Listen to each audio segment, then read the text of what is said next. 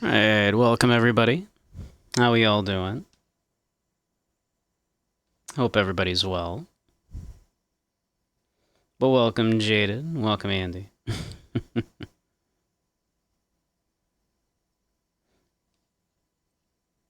Yeah. Hey Azire, how you doing? Welcome, welcome. There we go. And thank you for the resub. 19 months, Jesus. Can you believe it?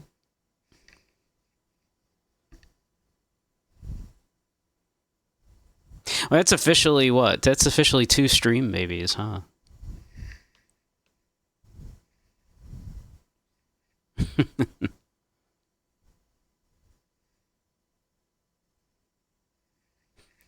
I expected someone to make the joke, yeah. Miss the D? Yeah, no. I'm sure someone will give you the D.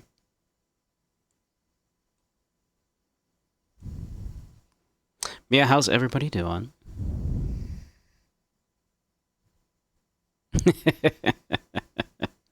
Yeah, you set that one up.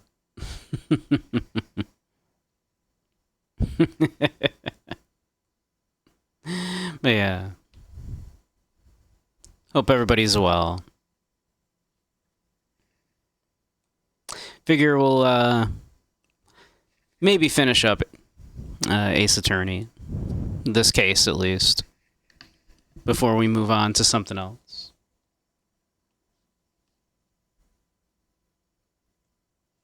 Next time we'll probably start Shadowrun once we finish this. Which we might be able to do tonight. We'll see.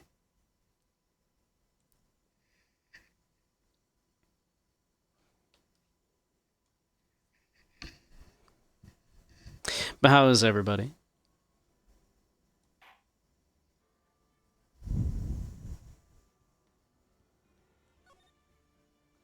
Yeah, I do love Shadowrun. Alright, where did we leave off here? We talked to the old man in the boat rental. It was the going to be the new the next Star Witness tomorrow. We talked to Gumshoe about the caretaker and the DL6 incident. Where did we leave off? It was a couple days ago now. We met Polly.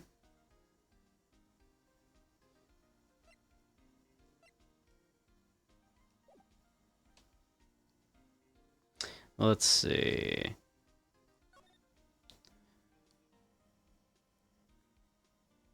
Well, let's head back to... No? Alright. Nothing new here. Let's pop over in the detention center? No. Miles isn't here.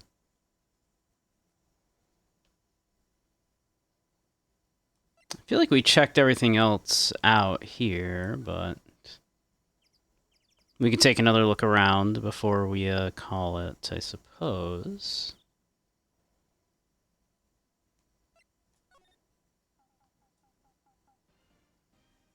I don't think there's anything else to talk to Larry about. Forget if we got anything from Gumshoe that would indicate that we were supposed to go back to the boathouse. That might be what we're supposed to do. Check out this sick metal detector, Larry. What about this parrot?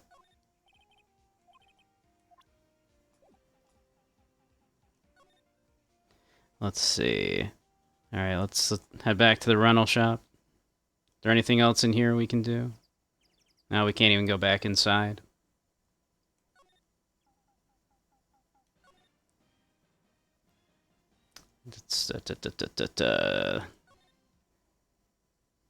I don't...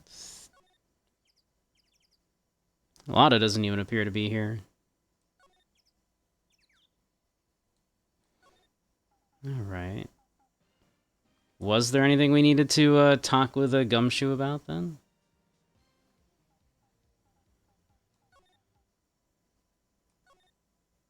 I thought we had finished talking with Gumshoe. He's standing there like he wants to talk to us. So.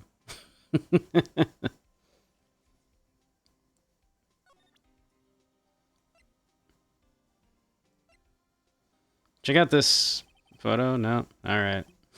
Look at this photograph. Check out this sick parrot. Okay, he did want to know about the parrot. Well, Dad, a parrot? The old man at the boat rental shop's parrot. The parrot knew about the incident.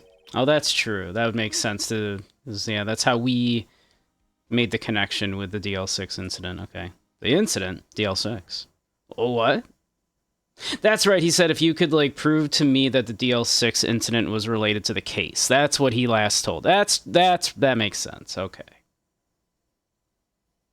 We do have reason to believe that the DL6 incident is related to the case, because the key witness to tomorrow's trial has a pet parrot that he tells everything to, and that parrot mentioned the DL6 incident.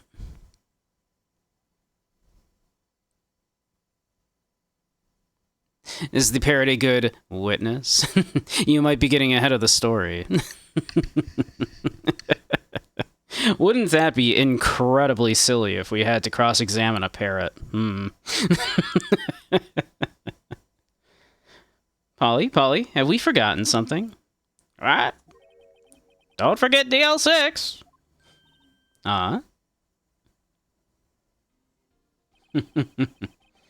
Pretty sure the old man must have taught her that word.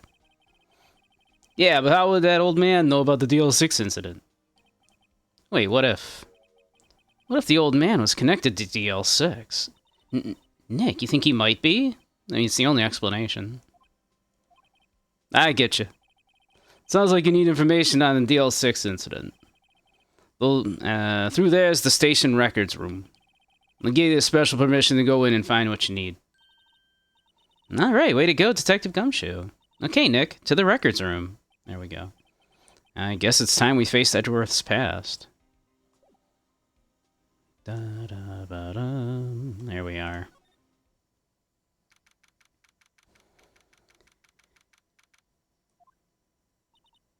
Wow. It's amazingly dusty. Hey, Dragoon, how you doing? Welcome, welcome. 10 years of files and 10 years of dust, I guess. Let's find the DL6 stuff quick. 15 years ago, both me and Edgeworth were 9 years old. We're almost through with the 4th grade and he's suddenly transferred. Because of DL6?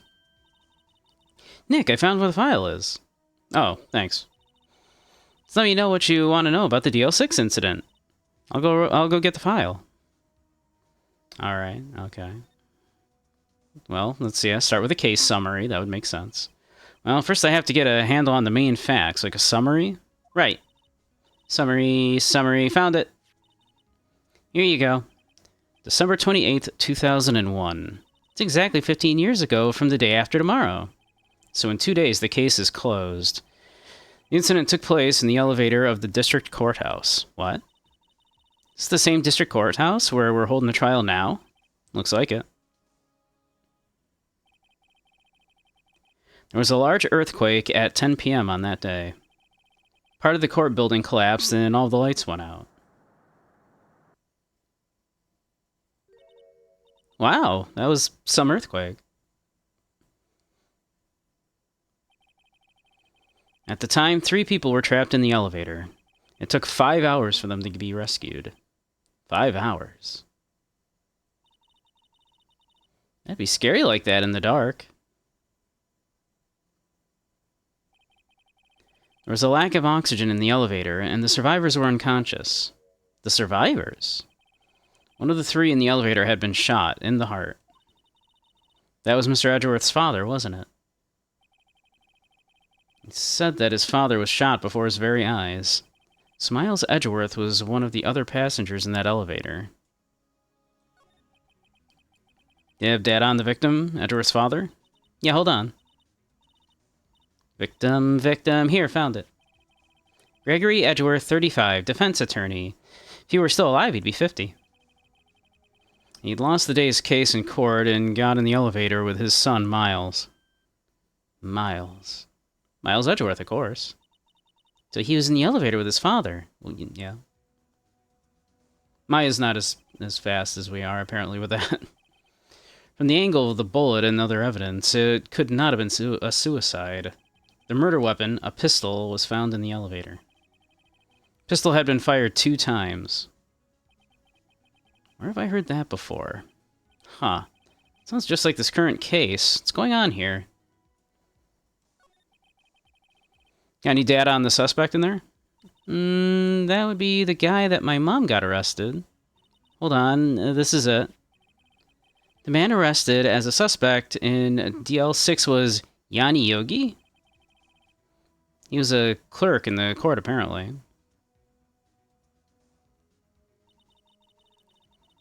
So he must have been the 3rd person in the elevator. Well, then he had to have done it.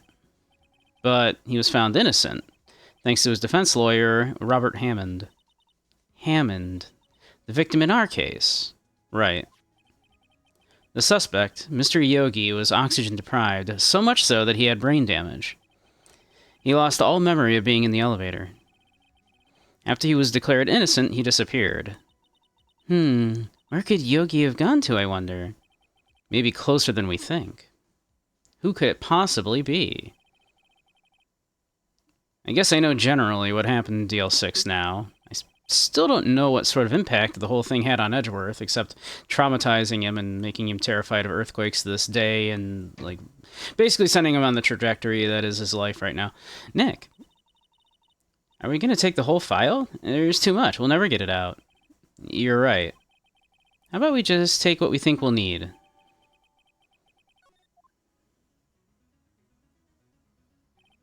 Right. That's probably all we'll be able to find here. Now all that's left is the trial tomorrow. Wonder how Dad will do testifying in court.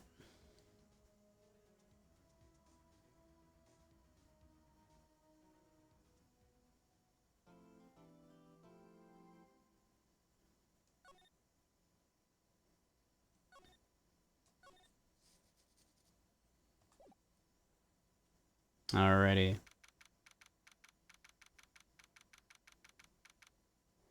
10 a.m. District Court. Courtroom number 3.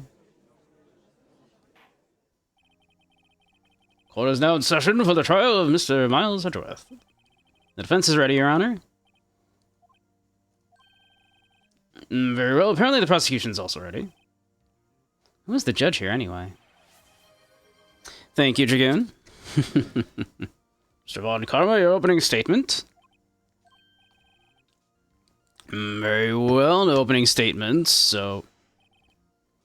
Not so fast, Judge. I was taking a meaningful pause before speaking. Right, of course. A prediction. Today's trial will end 3 minutes from now. Just calling that shot. Order, order. Mr. Von Karma, what is the meaning of your statement just now? You must question everything. It'll be over in 3 minutes. We have no time to waste. I'll call my witness now. Right. I call my witness, my decisive witness, to the stand. It's the mysterious boat shop owner.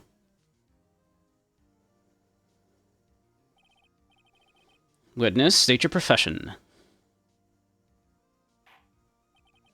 I'm the proprietor of the restaurant, the Wet Noodle at Gourd Lake.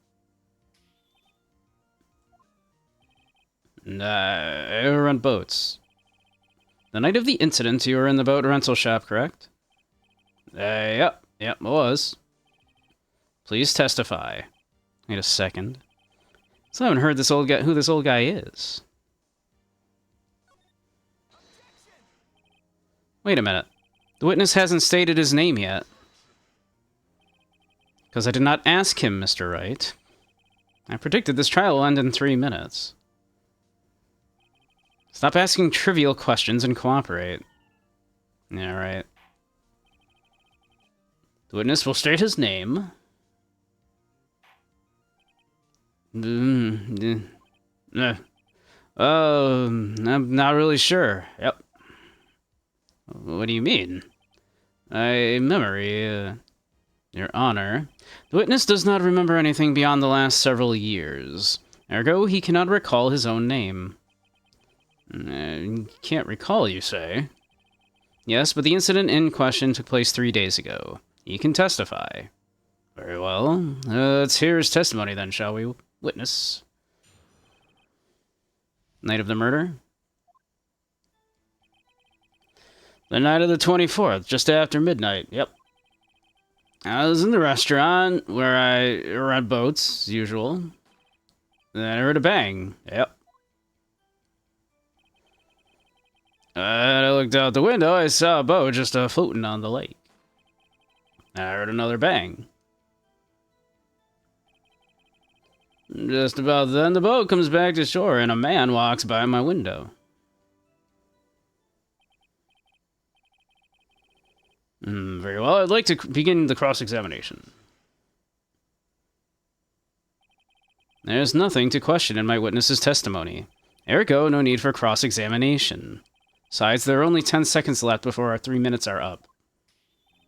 Judge, your verdict, now. Yes, Mr. Wright. Yeah, no, we'll just let him get away with that. What are you saying? Of course I'll cross-examine the witness. Very well, you may begin. Excuse me, Mr. Von Karma? 3 minutes just passed. I see. Well, then, let's just take our time. You may cross-examine the witness.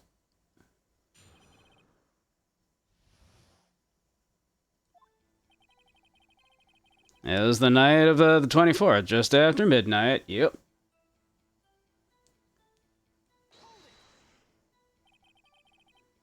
Just after midnight, you say? Yeah, just around then. Are you sure? Pretty sure? Yep. When I talked to you yesterday, you were rather vague about the time. Surprised you seem so sure about it today. I asked him and he remembered. Isn't that right? Hey, King, how you doing?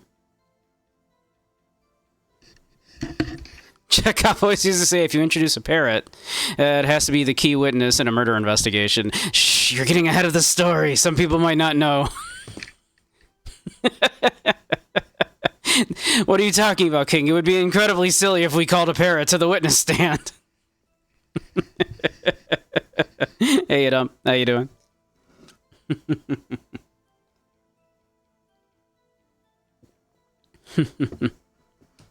Also, Chekhov's a metal detector, for those that don't know. Not feeling great. I hear you. I'm very tired, and I've been just kind of down the last few days. So I hope you're okay. Don't glare at me like that. I remembered it clearly, I did. Yep. You see? Continue. I was in the restaurant where I rent boats, as usual.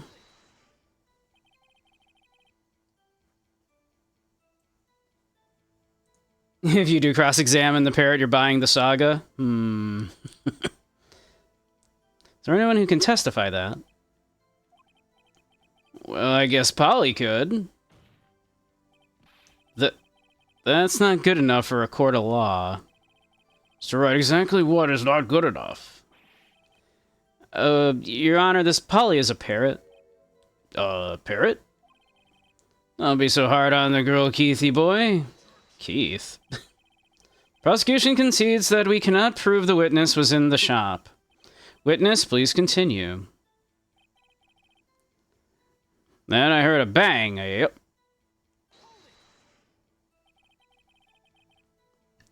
A Bond film didn't use the parrot to solve the big double cross, and it has bothered you ever since. Which one was that? Which Bond film was that? And where did the bang seem to come from? From the lake, I figure? Are you certain? Yep. Good, continue. I looked out the window, I saw a boat just floating on the lake. Was there someone in the boat? Pretty far out there, I couldn't see clearly. But I figure there was 2 men out there. Yep. but you couldn't see them clearly. Well, at the time, that is. At the time. Then I heard another bang. So you heard 2 gunshots total. Yeah. That's what Lada said in her testimony yesterday. Just about then, the boat comes back ashore and a man walks by my window. By your window?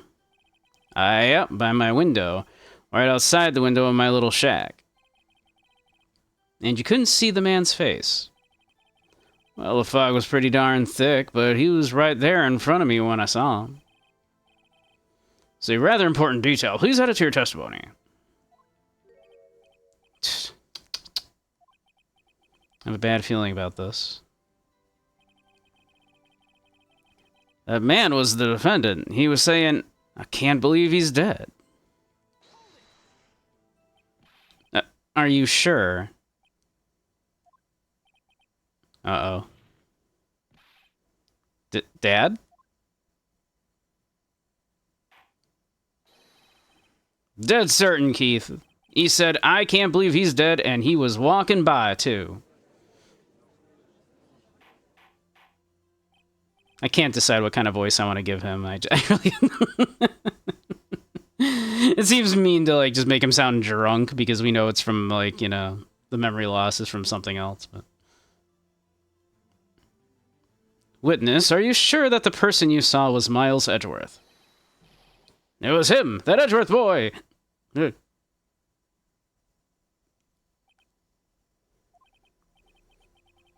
This sounds like decisive evidence indeed. I see no room to doubt. Make him sound like Rip Torn. Keith, my boy!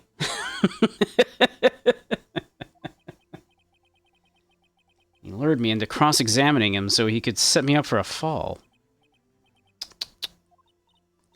Nick, I don't like the way things are going here. Everyone in the courtroom's glaring at us. I better act quick or this trial is going to be over.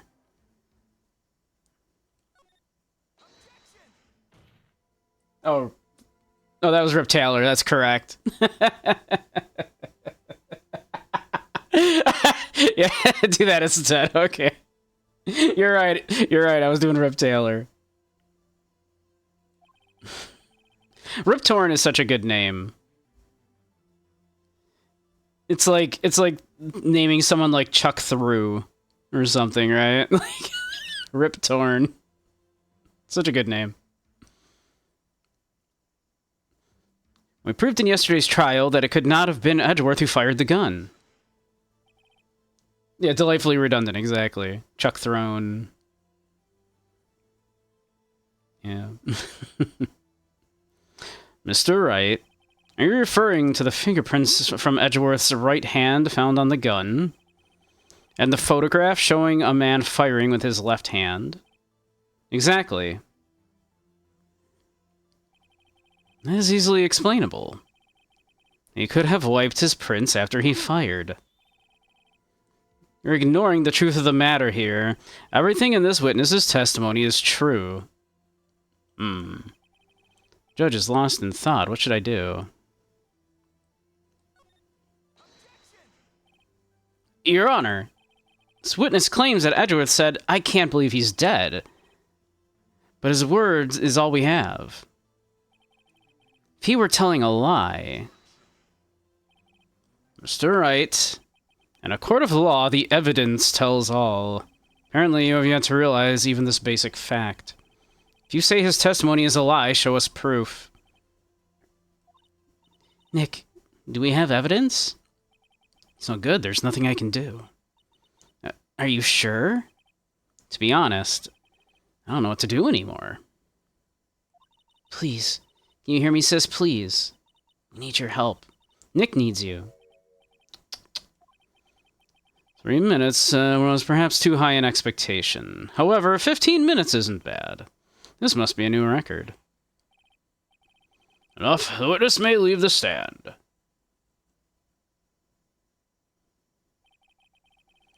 This court sees no reason to further prolong the trial, nor is there any need for more time to decide the case against the defendant. This case is extremely clear. I see no room for a misinterpretation of the facts. Oh, what? No. This court finds the defendant, Mr. Miles Edgeworth.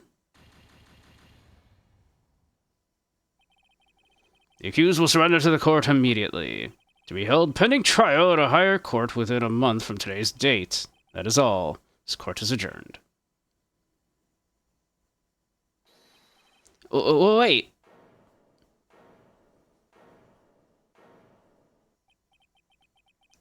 Who was that just now? Who could it be? Huh? Oh, what? Larry? I couldn't remember myself. What are you doing here? Oh, listen, you gotta listen to me. I was there in the park the night of the murder. I wasn't sure about it until yesterday, but today I remembered it. Bring the parrot in, give it time. Remembered what? The gunshot. I heard it too. Order? What is the meaning of this? The verdict has been decided. I call for adjournment. One moment, Mr. Von Karma. So you say you heard a gunshot? Yeah, I did. A gunshot that night. I was sitting there in the audience listening to the testimony. Then I realized something he said was different from what I remember. Anyhow, I can't just sit here and let you call Edgy a murderer. It's just not right. I'll testify. Let me testify. We love Larry. Make it a polygraph. Make him take a polygraph first. That if those were admissible in the Phoenix Wright world, like all of these cases would actually just be like 3 minutes long. Order. Well, this is the first time something like this has happened in my court. I don't think that's true. I know this is the first game, but we've had some crazy shit already happen. Not quite sure how to proceed. Judge, you've already given your decision. The trial is over. Nick, this is it. Larry's given us one final chance at this. She's right. If only it wasn't Larry. He could make things even worse. Edgeworth was just declared guilty, Nick. It doesn't get any worse. You're right. I think like Maya literally read our mind there, didn't she? Like that was a thought. We just thought, what if he makes it worse? And Maya was like, it can't get worse. Your Honor, if there's another witness, it is our duty to hear him speak. Right here, right now. A waste of time. The verdict cannot be overturned. Allow me to speak my opinion. In all court proceedings, it is our duty to prevent an inaccurate verdict. Does not seem to have really cared up until now, but okay.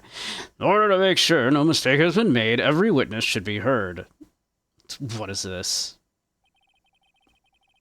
I withdraw my previous verdict of guilty. Mr. Von Karma, I order you to call this witness to testify. Now. What? The judge finally standing up for himself a little bit here, which is nice. The court will adjourn for a 5-minute recess. After that, we will hear this new witness. Court is adjourned.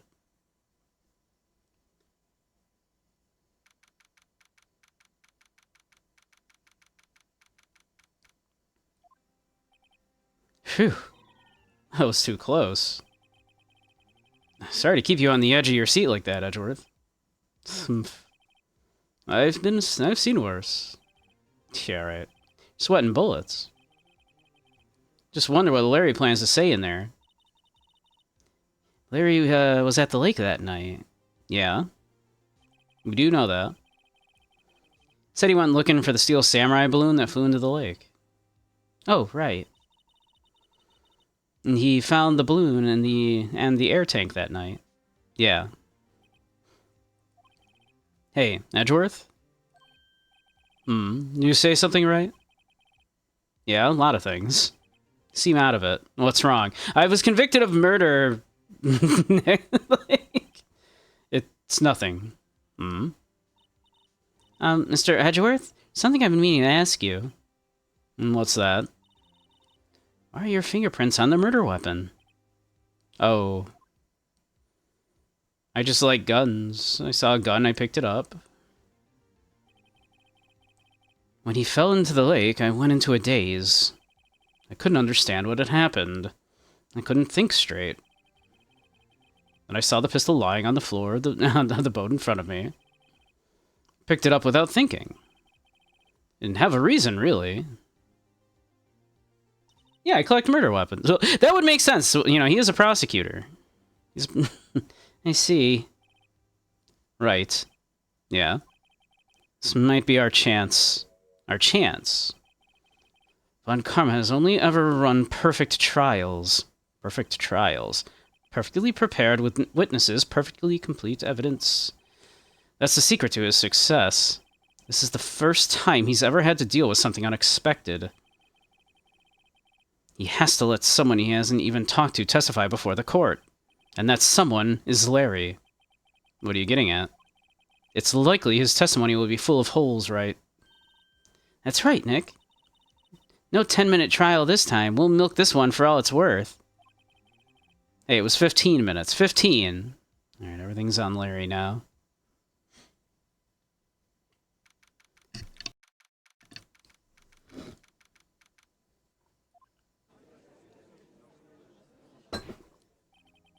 Court is now back in session.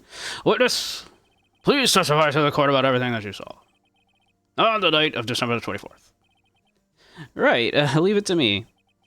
Please, Larry, don't mess this one up. I hate to admit it, but you're our last chance. Von Karma didn't even have time to prep his witness. Just hope Edgeworth is right about this being our big break.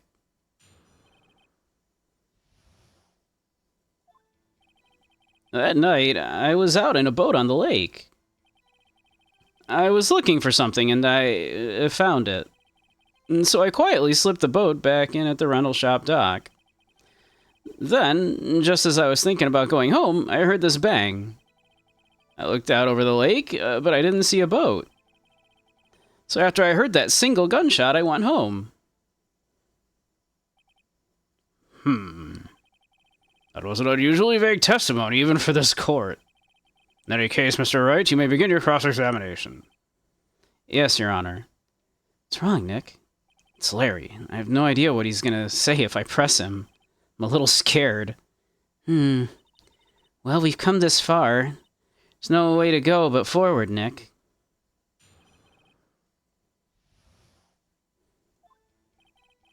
At night, I was out in a boat on the lake. Well, I mean, we might not have to press him because, like, hey, didn't he literally say...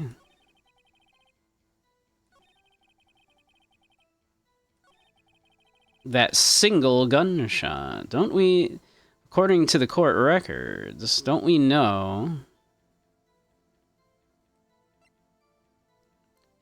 two sounds like gunshots just after midnight on 12/25. I heard a single gunshot. Wait a sec, Larry. What? You only heard one bang? You're sure? Well, that's what I said. But Miss Lotta Hart testified yesterday that she had heard two bangs. And the old man just now said the same thing. They both heard two gunshots that night. Huh? Were you even listening? Were you paying attention at all to what they said? Yo, Nick, please. Huh? You know, something's been bothering me. I'm a witness, see? I'm like a customer here. So you gotta treat me nice and stuff, okay? Mr. Butts? What?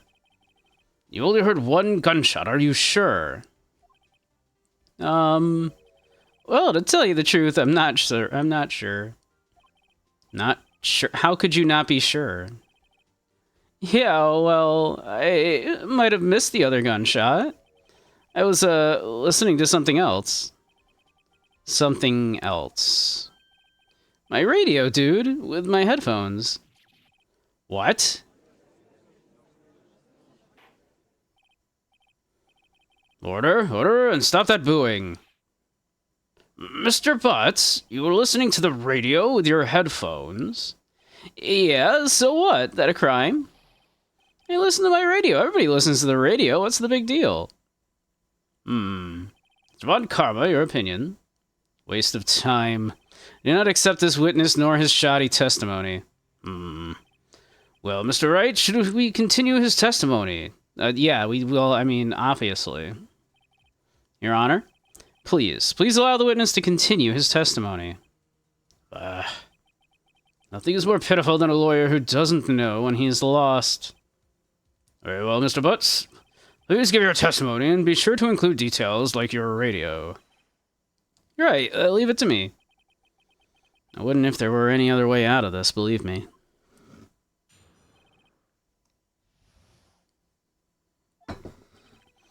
It's lonely being alone on Christmas Eve. That's why I was listening to an all-request show on the radio, see? I was listening to it real booming loud like. But I'm sure I heard that gunshot.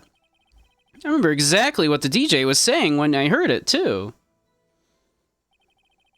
You were listening to your radio at a high volume. Yeah, what's the big problem? Can't a man listen to his radio in peace? Isn't this a free country? This country, which is definitely America, not Japan. I truly believe Larry has no idea what the problem here is. Judge, can you believe a word this witness says? What he heard was probably nothing more than a drumbeat on the radio. True enough, it is difficult to believe his testimony. Wait, Your Honor.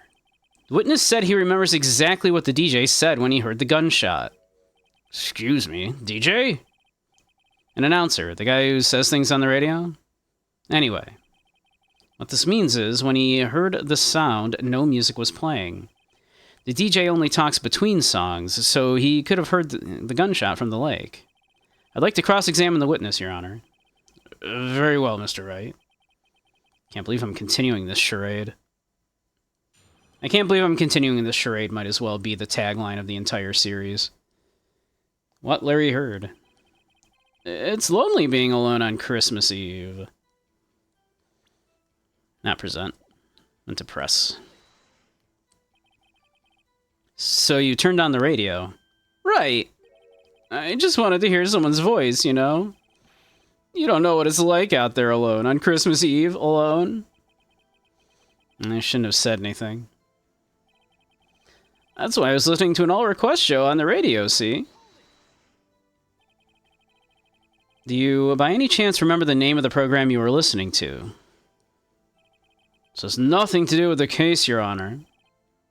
Objection sustained. The witness was listening to the radio. That is all we need to know. Tell us, Mr. Butts, how loud was your radio set to that night? I was listening to it real booming loud like. Real booming loud.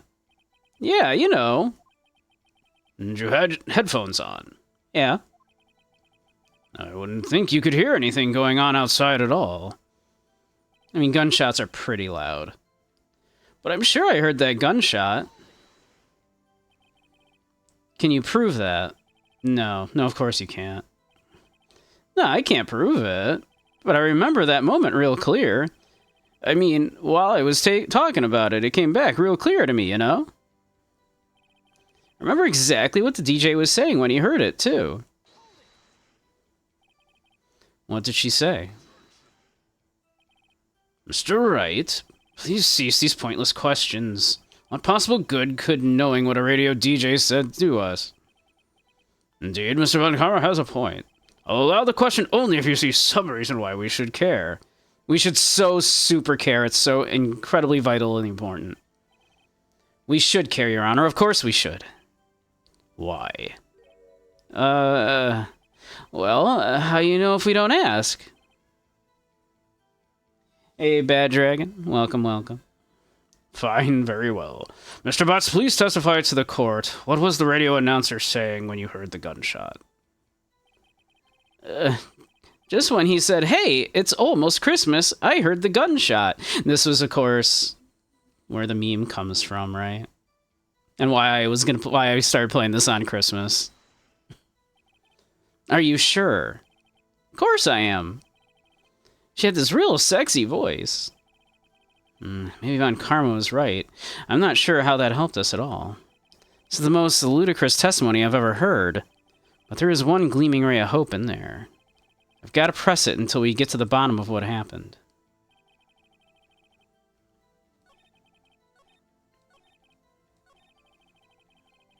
Remember exactly what the JJ was saying, too.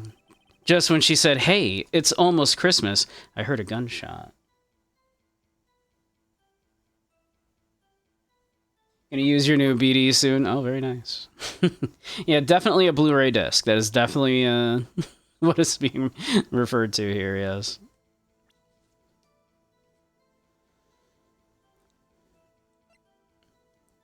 Let's see.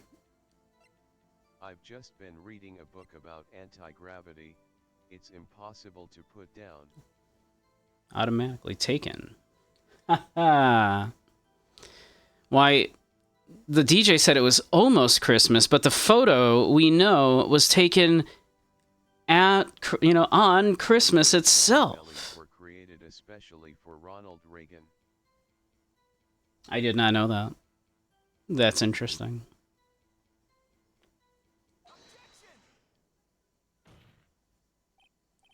Larry, are you absolutely sure what you're saying is correct? Huh? Well, what's with this face? You look scary, dude. Hey, if you're trying to scare me, you better know I don't scare easy. There's something the matter, Mr. Wright. Your Honor, did you hear what the witness just said? The DJ said, hey, it's almost Christmas, when he heard the gunshot. Indeed, and? Almost Christmas means it wasn't Christmas.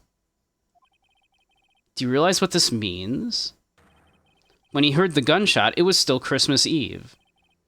And that would seem to be the case, yes. He said the line, everybody clap. Yeah, I was kind of hoping to get to that last session, yeah, because it was now obviously Christmas. But yeah, we didn't quite get there last time. And that was the entire reason I decided to play this case on Christmas, obviously. Yep, he said the line. But he should have heard that gunshot after midnight. This photograph is irrefutable proof of this fact. Let's see what the time on the photo taken when the gun was triggered. When the gun triggered Ms. Hart's camera. 12:25:015. 15 minutes after midnight on Christmas Day. This is a clear contradiction, Your Honor. Order? Order? What does this mean? The two prior witnesses heard gunshots after midnight. However, this witness says he heard a gunshot before midnight. Judge, the answer is simple.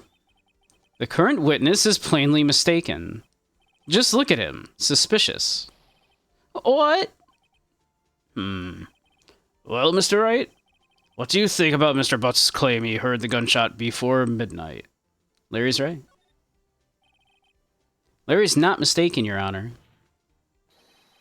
He heard that gunshot before midnight. Intriguing. I'm assuming you have evidence for this wild claim. Show me evidence there was a gunshot before midnight. Why, we know the gun was shot 3 times.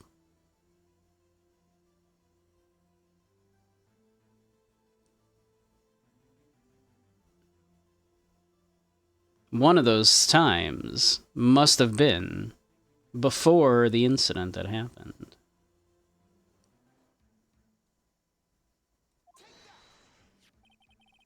This is my evidence. The murder weapon? Something about this pistol was bothering me, Your Honor.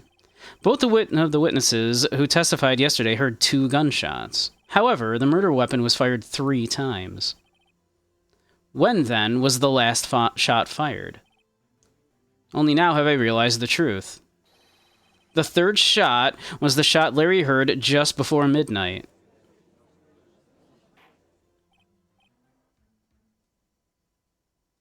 They usually have to test fire a pistol before they sell it. Shush, shush, shush, shush, shush. I'm assuming this is it was fired 3 times recently. or like three bullets were missing from the clip or something. I don't know. Shush, shush, shush, shush, shush, shush, shush. Don't worry about it.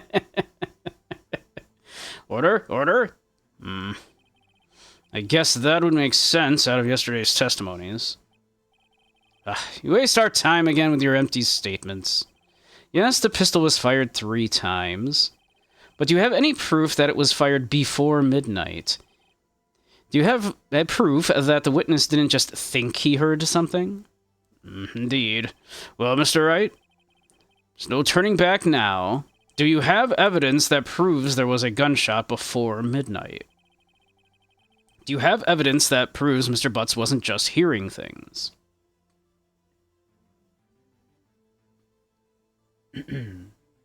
Let's see. Totally ruins the entire plot of that one movie you can't remember the title to. I'm drawing a blank, but yeah. Alright. Proves that Larry wasn't hearing things.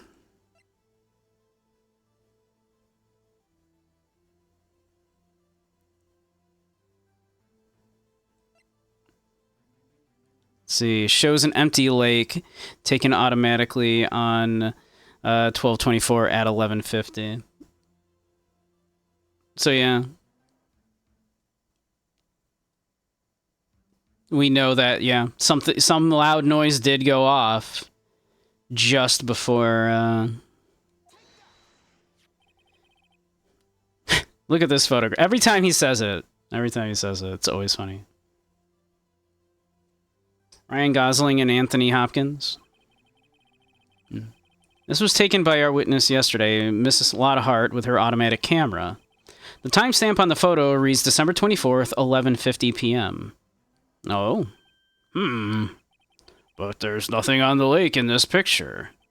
Your Honor, the real issue here is not why nothing is shown in this photograph. It's why this photograph exists at all. What do you mean? Your Honor, this photograph was taken by an automatic camera. That camera was set to go off in response to loud noises. Correct. There was a loud noise on the lake at 11:50 p.m. That is why this photograph was taken. In other words, there was a gunshot at the time that Larry claims.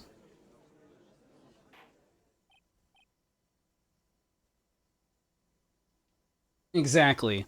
Look at this photograph. Every time, Your Honor, it makes me laugh.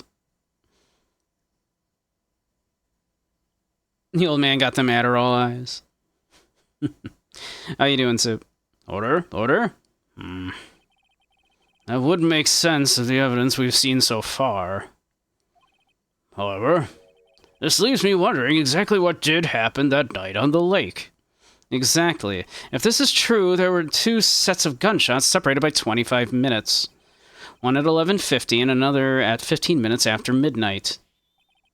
Why, I ask you? Why? Oh, I better think of something quick. Wait a second. Gunshots separated by 25 minutes. What's wrong, Nick? I have it. Huh? Remember the case with the Steel Samurai? Yeah, of course I remember. The murderer in this case had the same idea as the murderer in that case. What do you mean? Maya. Yeah? If we don't figure this out now, we'll never overturn Edgeworth's guilty verdict. I've got a hunch and I'm gonna run with it. Right. I mean, is that safe? Safe? We've already gotten a guilty verdict. We've nothing to lose. You just watch and let me know if anything sounds fishy, okay? Right, Nick.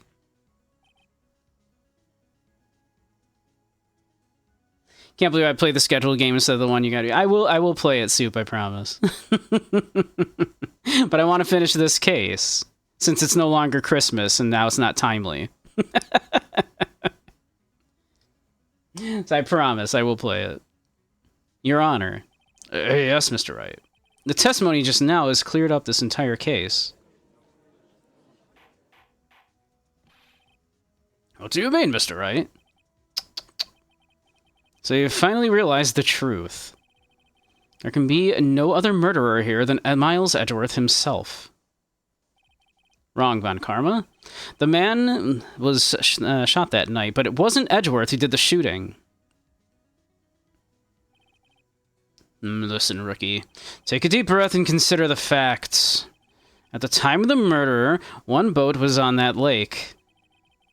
This was shown by the witness's photograph. The defendant, Edgeworth, and the victim, Robert Hammond, were on that boat.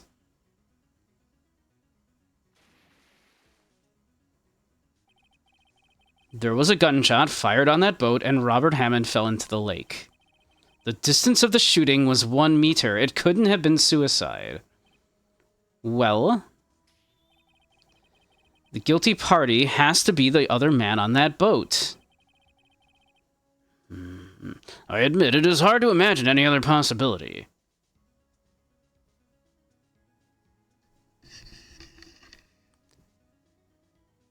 Let's see. Can't believe I or that other game you got me. What you got? Did you get me another game? Ronaldo says Made in Abyss is very good. Listen, it is. There are some very redeeming factors to it. It looks good. It's interesting. You know, like, you know, the art is beautiful and all that. But yeah, you have to really be like, I want to watch a show about some kids being tortured by a guy who, you know, was getting off while he was doing it. Right? So you have to, you know, kind of be in you know, down with that idea. I did not notice that if you got me another game. It has not popped up. My, like, Steam redeems, like, take a while to, like, to do that sometimes, to, like, refresh. Let me see. Oh, the one you got a while ago. Which one was that? I should just do, like, a week where I just play all of the games that people have gifted me recently. I don't remember. I'll look through. I'll figure it out. Just not at this exact moment. But at the time, it was cool. Are you sure I didn't play it? If, like, it was, like, if it, you know... While you're at it, enjoy some Attack on Titan, no problems there. Yeah, exactly, right? Wow, this game sure does seem to really glorify these fascists and really just, you know, wow, this other group of people in this show really seem to be a reference to a certain group of people that a certain group of fascists in Germany didn't like. What's that? The creator is a big ol' Holocaust denier? Oh, Sunset Overdrive, that's right. Yeah, no, that is on my list as well. That's right, yes. Yeah. I was considering doing Sunset Overdrive for a bit, at least, before I started Shadowrun, but then I wanted to do this one. Attack on Titan, yeah. Yeah. Oh, yeah, it's a oof. Yeah.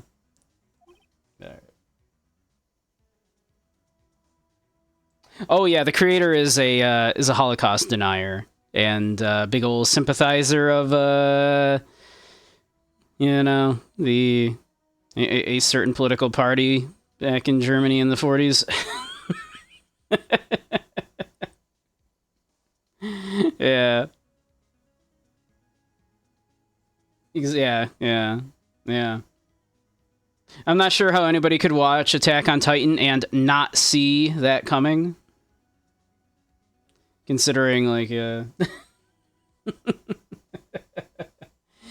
he's a oof. I mean, fortunately, I'd fallen off the show anyway before I learned that, so I didn't have to I didn't really have to make too much peace with that. But yeah, oof.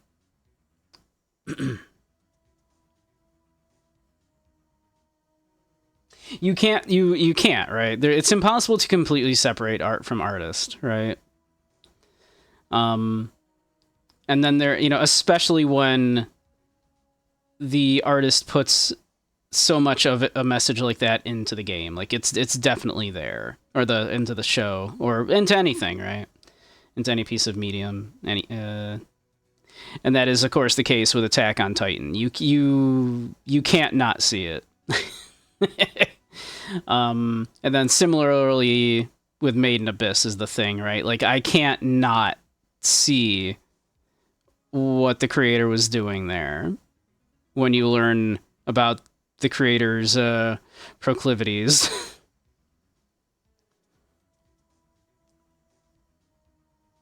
All right, let's see.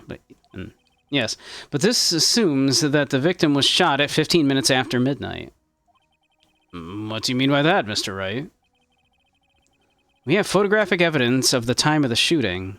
The timestamp on the photo says, 15 after.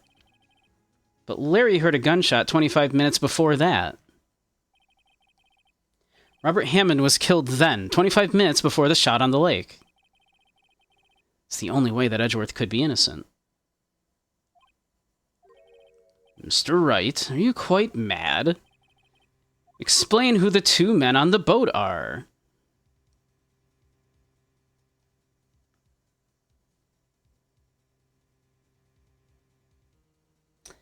Let's see.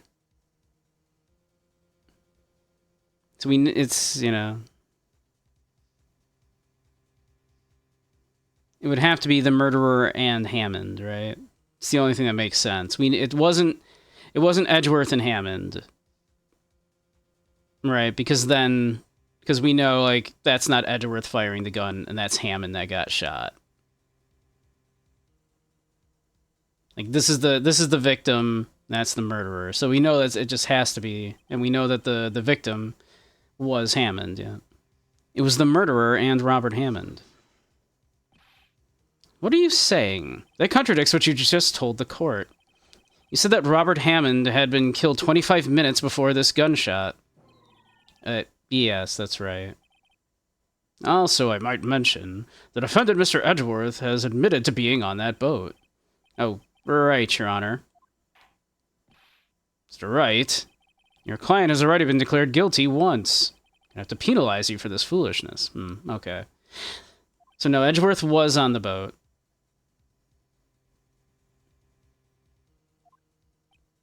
Let's see. All right.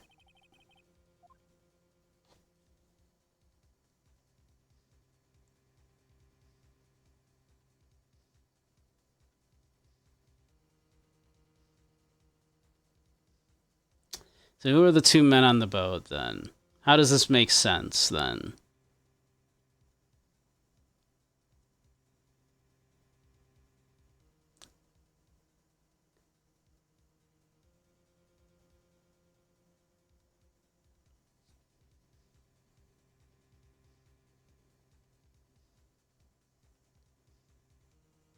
Like, I mean, Edgeworth has told us that he was on the boat with Hammond. But this is, like, seemingly not what happened on the boat. It's been many years since I played this. I do not remember this exact part.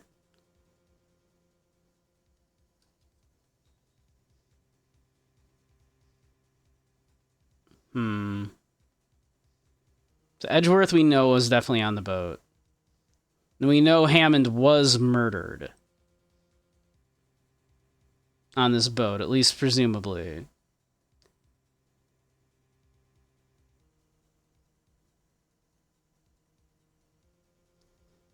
Like, Edgeworth said that he was on the boat with Hammond and he saw Hammond shot.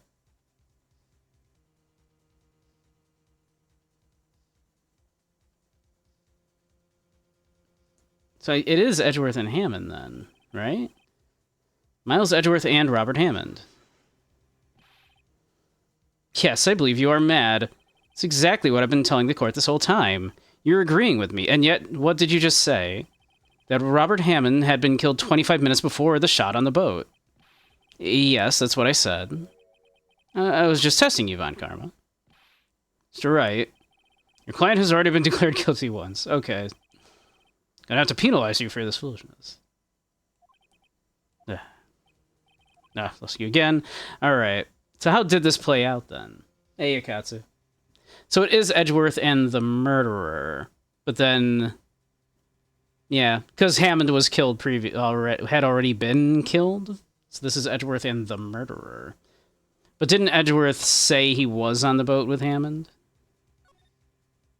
Am I misremembering Edgeworth saying that? Of course, it was Edgeworth and the murderer.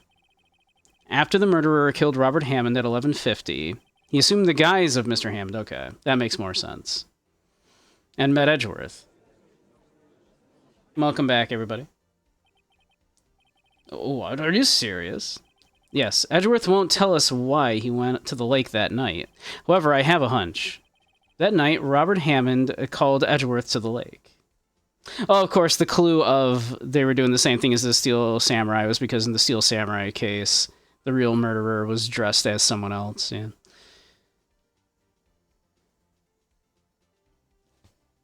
How you doing, Katsu?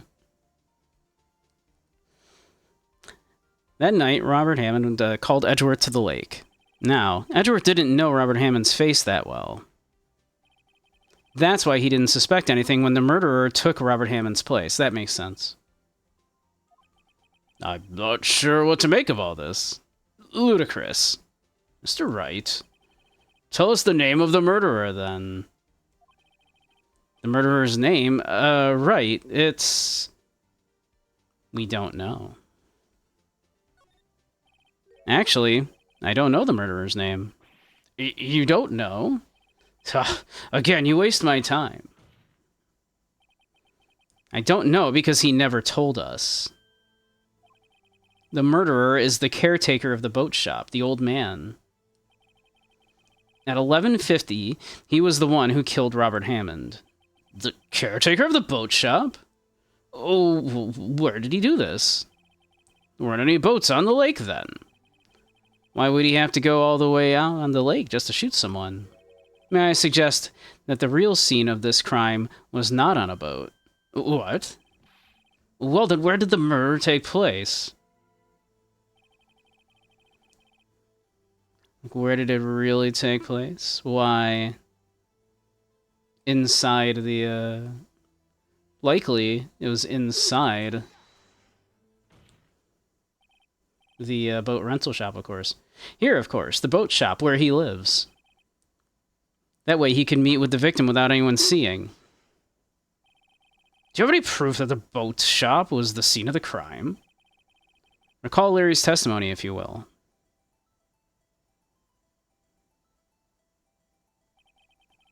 That night, he was out in the lake in a boat searching for something. It's the only way he wouldn't have seen it. He finds it and returns the boat. Then, just as he's starting to head for home, he hears a gunshot. You heard a gunshot, Your Honor. Even though he was wearing headphones at the time. In other words, the gunshot was very, very close by. And where would that be if he had just returned a boat? The boat shop. Mr. Wright, what happened that night on Gourd Lake? Please tell the court from the beginning. Yes, Your Honor. Nick, are you sure about this? Not really. But I think if I start at the very beginning, and I take it slow, I might just be able to figure this out. That night, the caretaker of the boat shop called Robert Hammond to his shop.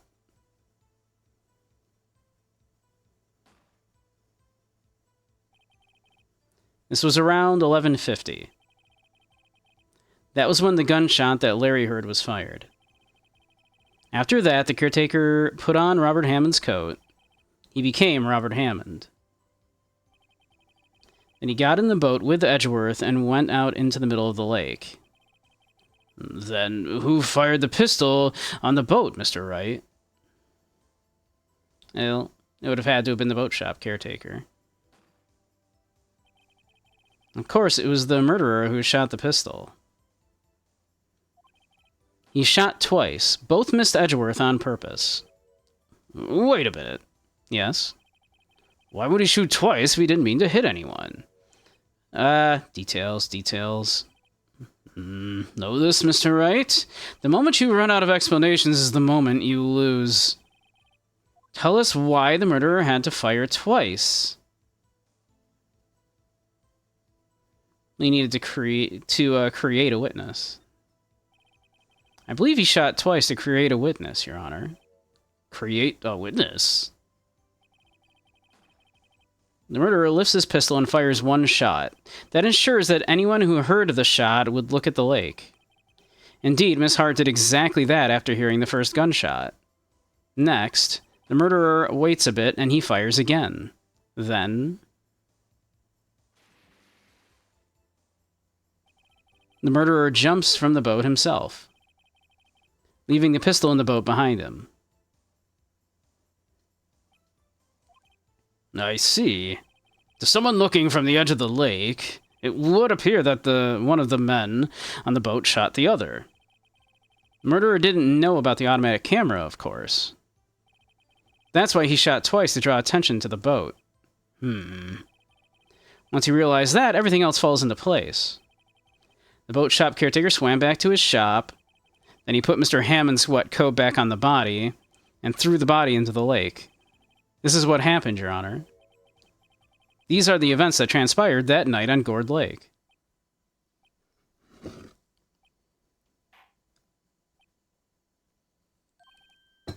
Bailiff, bring out the witness from before. The boat shop caretaker, quickly!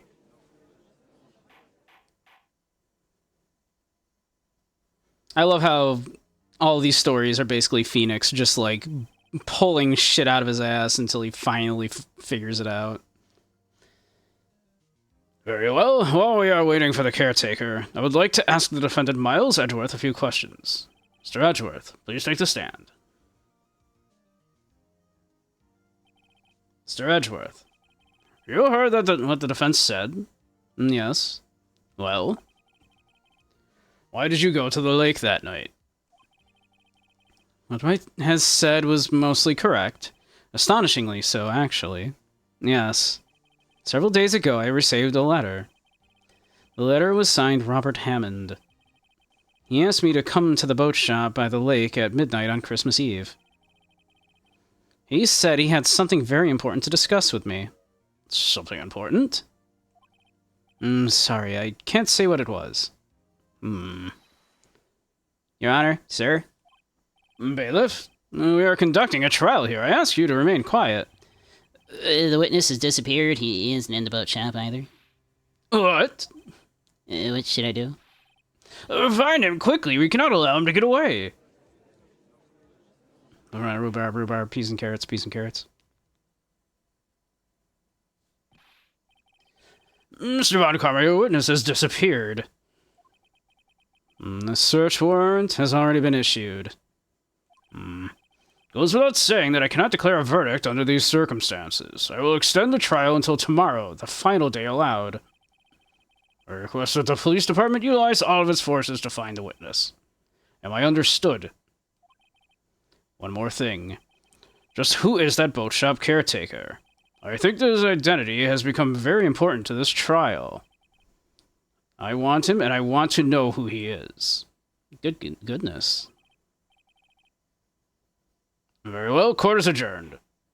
The best way to solve crimes. It works for Phoenix every time, somehow.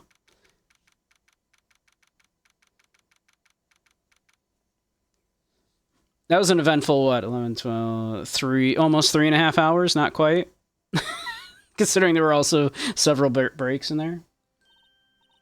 Hey, Nick, you did it. Yeah. Well, at least we got out from under that guilty verdict. And what about Larry? That was something else. Even Von Karma didn't know what to do with his testimony. Larry really helped us out. Sure, once I sifted through his unique testimony. Still, he did save us. I just wish our cases weren't so down to the wire all the time. Yeah, I know what you mean. Sometimes I feel like it's us on trial instead of our clients. Sometimes it is. It has already been several times.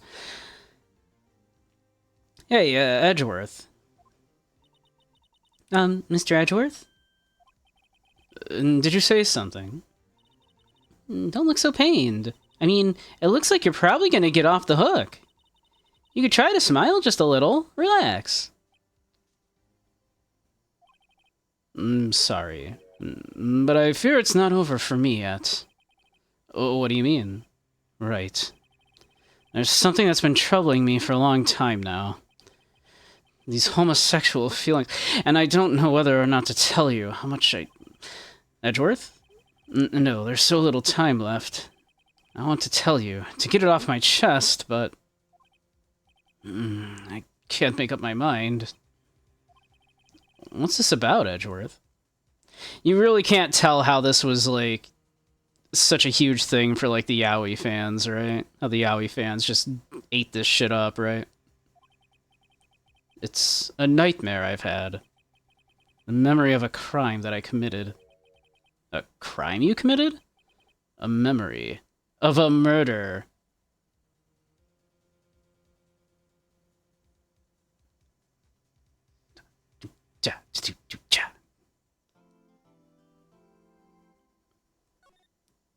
A murder. Why? Edgeworth did commit a murder? We just probably got him off from this murder.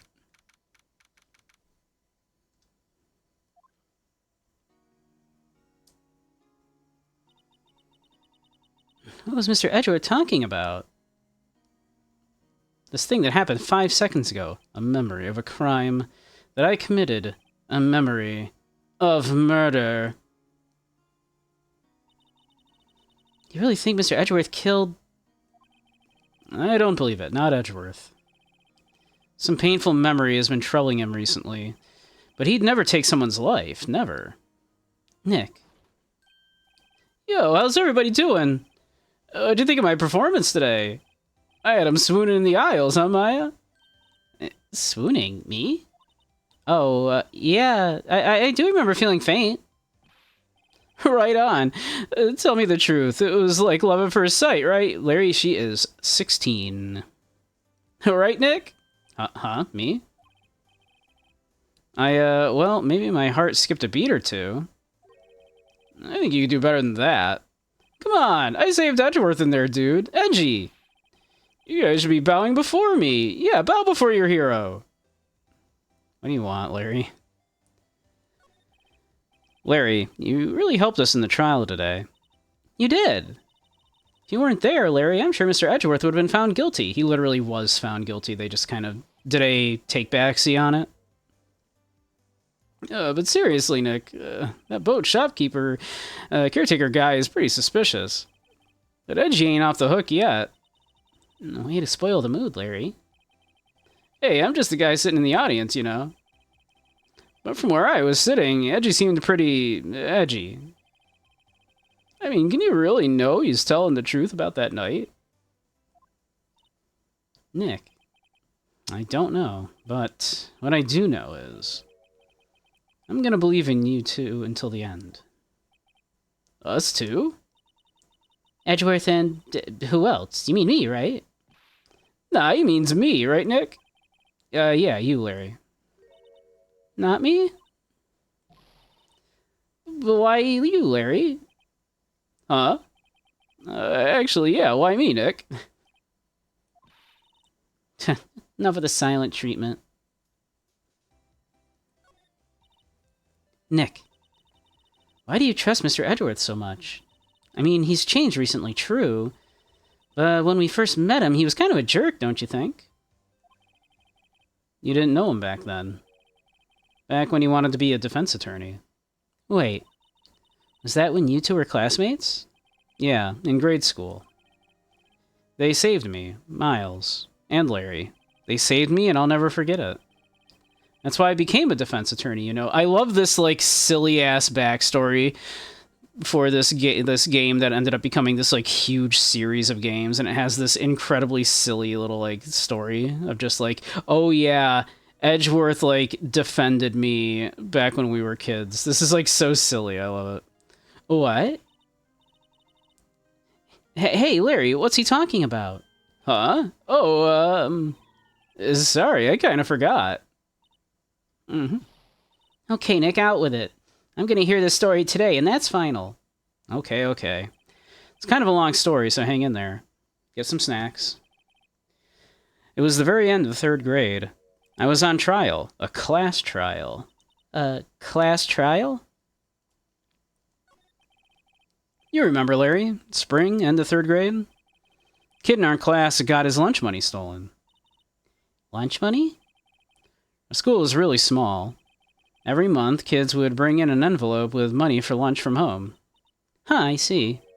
Anyway, this kid's envelope disappeared, with $38 still inside.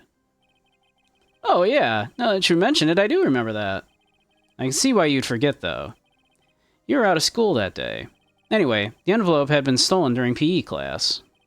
I was coming down with a cold, so I'd skipped PE that day. I was the only one not in class. So they thought you did? Yeah. Kids in the class said I should be put on trial. Trial? So the next day, we held a classroom trial with me as the defendant. I didn't do it. Guilty! He did it! Guilty! It was you! Thief! Give the money back! Such a meanie! You're a jerk! Just admit you did it! You can't hide the truth! Tell us the truth! We're not gonna play with you anymore! Yeah! Etc., etc. Give me back the 50 cents I loaned you! Hey, Akuvo, how you doing? Welcome. Now, Phoenix, you know you shouldn't steal people's money. It's not right. Can't believe the teacher joined in. That's the bullshit. The teacher was even like... In the end, even the teacher thought I'd done it. That is fucked up. Go over and apologize, Phoenix. I didn't know what was happening. I was so sad. I couldn't stop crying. Everybody was staring at me like I'd done it. I tried to apologize. I went to where the boy whose money had been stolen was sitting. That's when it happened. You shouldn't have to apologize. The only thing that belongs in a trial is evidence. Anything else has no place. You should all be ashamed, amateurs. Miles? Little Miles. Look at little baby Miles in his little suit. It wasn't you who stole my money, was it? I don't know. Then you shouldn't apologize. Everyone has been shouting you did it, but no one has any proof. That is why, Your Honor, this boy is innocent. But, Miles, it was your money that was stolen. Yeah, I know, calling these kids amateurs. And the Winslow boy. Why don't you all just shut up? This is always how it is. Everyone ganging up on and picking on one person. Just think how he feels. He said he didn't do it, so he didn't do it. Now, little Larry Butts. Very well. I will replace the money myself. This class trial is over. It was the teacher. She did it! That's how it happened. After that, the three of us were the best of friends. Butts of the goat. I think actually, well, no, it couldn't have been Butts. He wasn't there that day. But... You fucking teacher. I know! It's fucked up that the teacher, went along with it when there was no proof. Wow, I had no idea. Yeah, I had no idea either. I mean, I forgot. That's when I learned what it meant to be alone. Totally alone, without a friend in the world. You did a good thing, Larry. Oh, yeah, well... I was just lucky that I took the day off from school. If I'd been there, they would have thought I'd done it. So I took it kind of personally, you see. When something smells, it's usually the butts.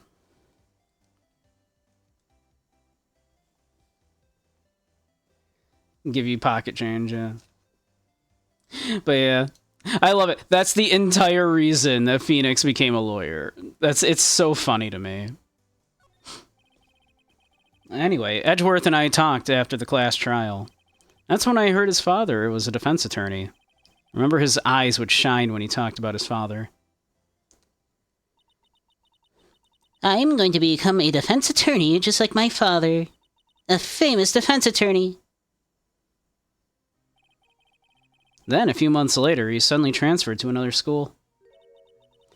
The DL6 incident. Right. Not sure what the transfer probably had to do, but it probably had to do with his father's death. It's so sad. It was several years later when I heard Edgeworth's name again. There was an article about him in the newspaper. The headline was something like, "Dark Suspicions of a Demon Attorney."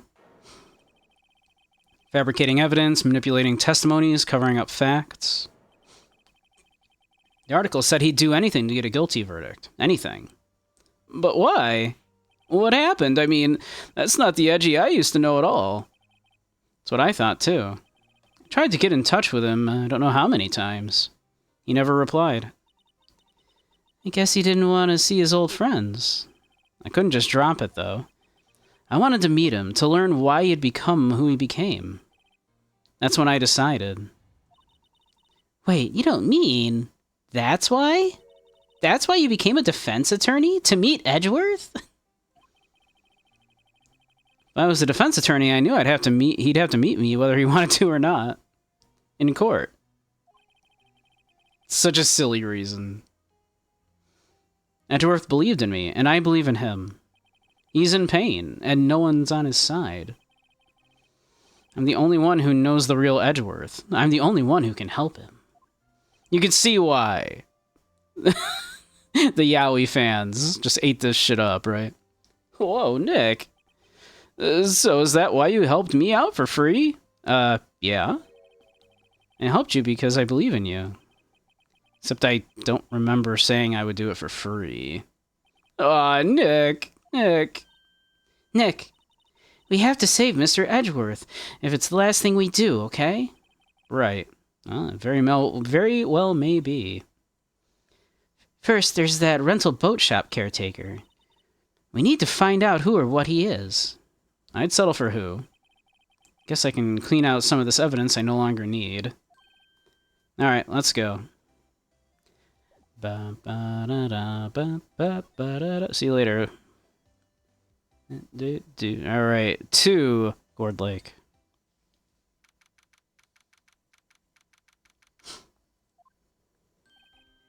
Hey, pal. Long time no see. Yesterday. We saw him yesterday. Oh, Detective Gumshoe. Close one today, huh? I got so worked up I snapped my tie in half. Sorry about that. He still has his tie. Must be another tie. No problem, pal. Thanks to you, we know who really did it. You mean the boat shop caretaker? Look, I'll make you a promise. I'll have that scoundrel in my custody by trial time tomorrow. Come what may. It's my duty to you as a police officer. Now I'm off to catch me a criminal. Gumshoe literally the only good cop. Detective Gumshoe sure is active today. Oh, one other thing. Yeah. No one can go into the woods today. The woods? Where Lotta was camping? Yeah, the woods are off limits to camping, and apparently the park ranger found out. Got pretty mad. No one can go in for a while. I guess Lotta is in a lot of trouble. Based commentary, right? Anyway, I'll be seeing you tomorrow.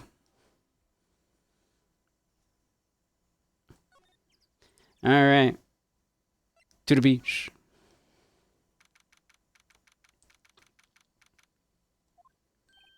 Huh? Steel eyesore is missing. Eyesore? It's like the hot dog stand's closed, too. Guess Larry's too busy worrying about Mr. Edgeworth to show up for work. Well, he was just hanging out at our office, but... Alright. I'm gonna imagine there's probably nothing else we need to actually check on in here. Guess Larry has the day off. He's pretty happy about saving Mr. Edgeworth. True. We owe him big.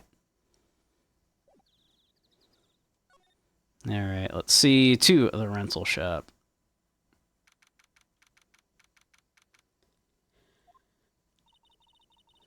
That old caretaker got away. Yeah. Never imagined he might be the real murderer. Him. I know that clearing of the throat anywhere. Grossberg. Ah! Hello, and what might you two be doing here? Out for a walk, hmm? Ah, the days of my youth, like the scent of fresh lemon, you see. Mr. Grossberg, there's no time for idle reminiscing. Mr. Edgeworth's trial ends tomorrow. That is true, yes. But from what I saw of today's trial, Edgeworth should be fine, right? Well, I'm not so sure about that. Oh, what do you mean by that? Well, I'm not sure. If you find anything out, come by my office at once. I may be able to offer you some assistance. Thanks. Bye. What do you think Mr. Grossberg was doing here anyway? Who knows? Alright. Can we go inside? We sure can.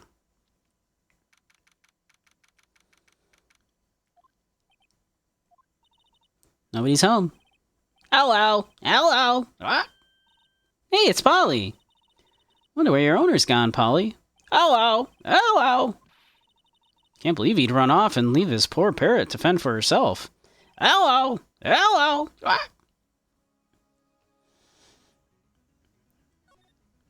Alright. Can we open the safe now? That reminds me, Nick. Polly here knows the number to the safe, right? Yeah, that's right. Polly, what's the number to the safe? 1228. What? Let's open it, Nick. Come on. I'm sure there isn't any money in there. Aw. But hey, he keeps it locked, right? So there must be something of value in there. I'm not so sure. Okay, Nick, let's see what's in there. Like, Nick is, like, being really weirdly apprehensive to open this safe, considering he needs evidence. Like, he's looking for evidence. He's trying to figure out what is going on here. And here there is, like... and he's like, I don't know about this safe, though. Yeah, that newspaper is disgusting already, but yeah. You know, it's late into the case, but that newspaper isn't collecting shit. No. The only thing in there is a letter. A letter? Ah, boring. There's no name or signature on this thing. It's handwritten in very precise, clear letters. Get your revenge on Miles Edgeworth. Edgeworth? Nick, why would Mr. Edgeworth's name be on there? How should I know? I'm gonna read the whole thing. Get your revenge on Miles Edgeworth. It also says, this is your last chance. Now is the time to get revenge on the two men who ruined your life. The rest of the letter goes on to describe the murder plot in detail. How to kill Robert Hammond and frame Edgeworth. Calling Edgeworth out to the lake, getting on the boat, firing twice. It's exactly what I figured out today in court. What a quinkydink. It's all here in perfect detail. What do you think it means, Nick? I don't know. But it looks like these are instructions before that caretaker. I love this world where, like, you know, attorneys just do this, right? Like, we collect our own evidence. And no one would dream of, like, being like, oh, what if that's, like, not real? What if we just planted it there, right? Your Honor, I know it sounds crazy and a weird coincidence, but we went to the caretaker's shack and we found this letter that details his exact plan, and it's exactly what I said. Oh, well, there's no way that could possibly be fake. You know, there's no way you planted that there. I believe you 100%. The idea of, like, the district having to approve evidence and whatnot, like, isn't a thing until, like, the bonus case at all. And they've never heard of the term discovery in this world. Like, it's...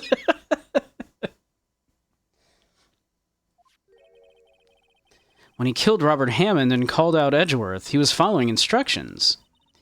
But who could have written that letter? And what does it mean to get revenge on Miles Edgeworth? Look, I don't know, okay? But one thing's for certain. This letter is an amazing clue.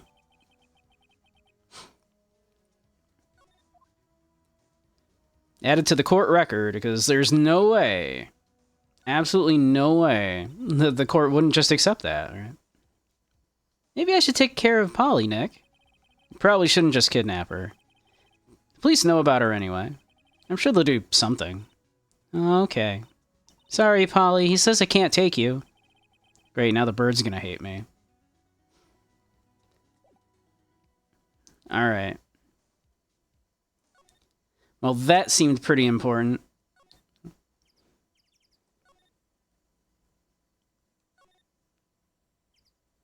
For some reason, Mr. Grossberg seems very interested. I assume we can go to... Shock. I was expecting to see Grossberg's law office here as a place to go to. Maybe I should look around more then.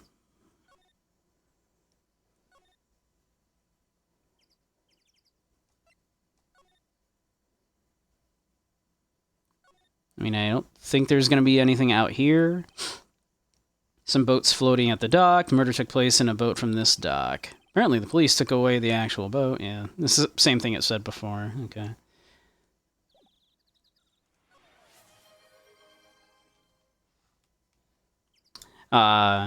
You'd like some praise, Andy? Oh, well, Andy, you're a very good boy. A very good, sweet boy. You deserve all of the pets.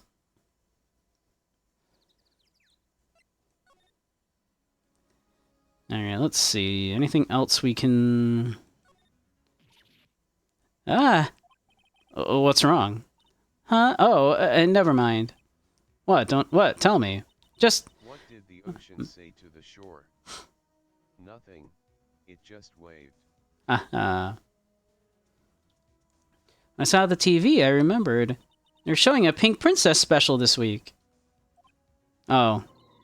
See? That's why I didn't want to tell you.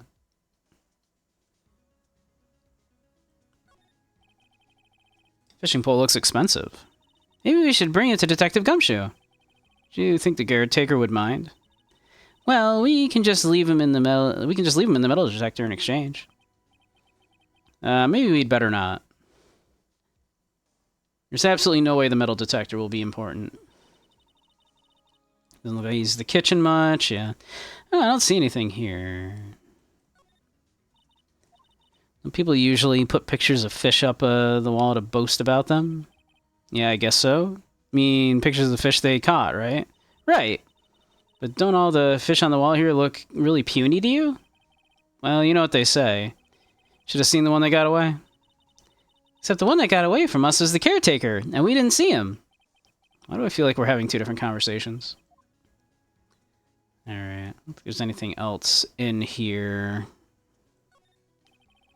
Everything's cold. Looks like he didn't turn his heater on. Guess he hasn't been back here since the trial. Alright. Check the safe again. Nothing left in the safe.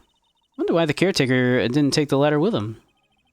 Well, he left in a hurry, right? I don't think he even came back here after the trial. Okay. Well, there doesn't appear to be anything left here.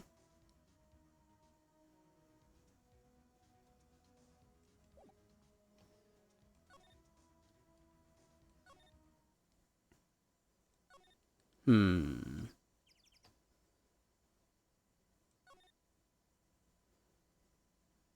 don't think there's going to be anything else for us to see around here that we haven't, I imagine. Lake sure likes to cause problems, doesn't it? Huh? I mean, everything that happened here turned out to be a lie. Gordy was a lie, and the charges against Mr. Edgeworth were all lies. I guess you're right. Yeah, I'm glad the charges were all lies, but still. She's got a point. Almost didn't see the signpost. Yeah, we know that. Okay. Let's see. I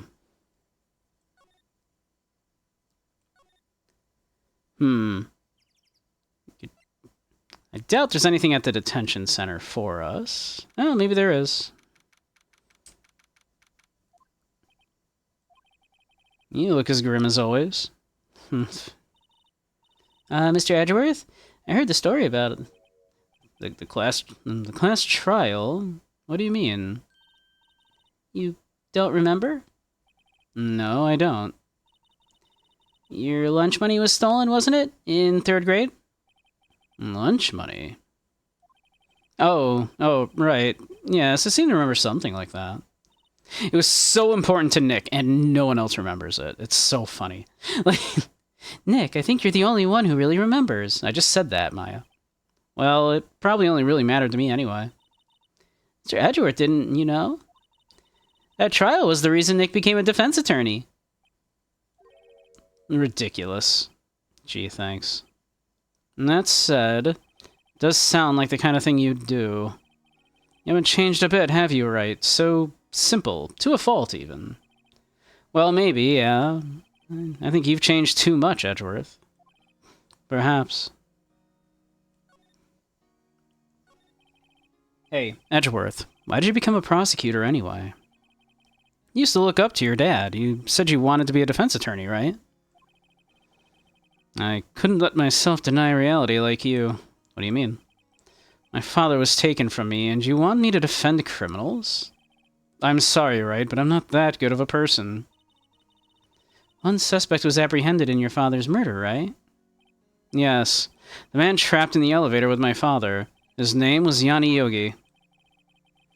He had to be the shooter, any way you look at it. Yet, he was found innocent. That defense attorney got him off the hook.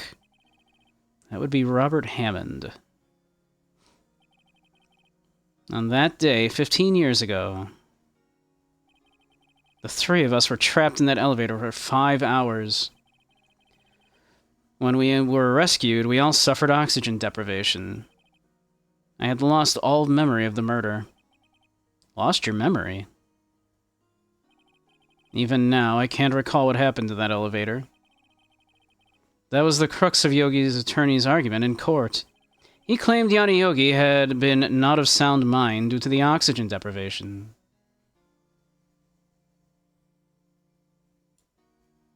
Not the size, it's how you use it.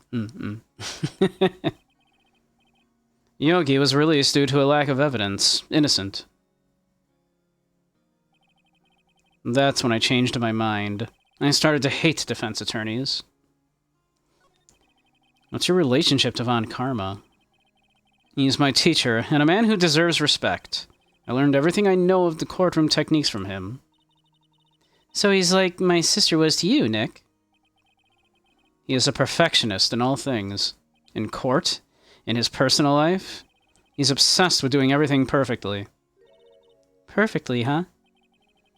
In all of the cases he has taken on, none were left unsolved. And not one suspect was declared innocent, ever. But that's... I know. It's possible some of the suspects were indeed innocent. However, it is impossible for us to accurately determine that in every case. All Von Karma does is his job to find the suspect guilty, perfectly. In any case, it's nigh well impossible to find a weakness in him. Should a weakness appear, he would do everything in his power to make it go away. I'm sure this is not foreshadowing. Edgeworth? If what you're saying is true, you're headed for a guilty sentence tomorrow. He's right. Now's no time to praise the enemy, Mr. Edgeworth. Oomph. It's a strange situation in which I find myself, I'll admit. Yeah, no kidding.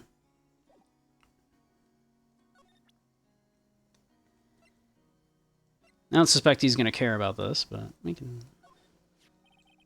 Edgeworth, see this letter? This came out of the safe in the shack where the boat rental caretaker lives. Now you see... Revenge on me? Who's that old guy anyway? I don't know. Could he be an innocent defendant you got declared guilty or something? Nice, right? But I don't remember that old man. Not at all. So, he was following this letter, then. Which means there was someone else behind it. Now is the time to get revenge on the two men who ruined your life. Two men, meaning myself and Robert Hammond. It also says this is your last chance. Last chance? Wait, maybe he's talking about the statute of limitations on the DL6 incident? Wait, that old man. What is it? Do you know who he is? Yogi. Could he be Yogi? Yogi? The suspect in the DL6 incident. The one who was found innocent. I mean, he could be. Yanni Yogi was a court bailiff at the time. He just happened to be in that elevator together 15 years ago.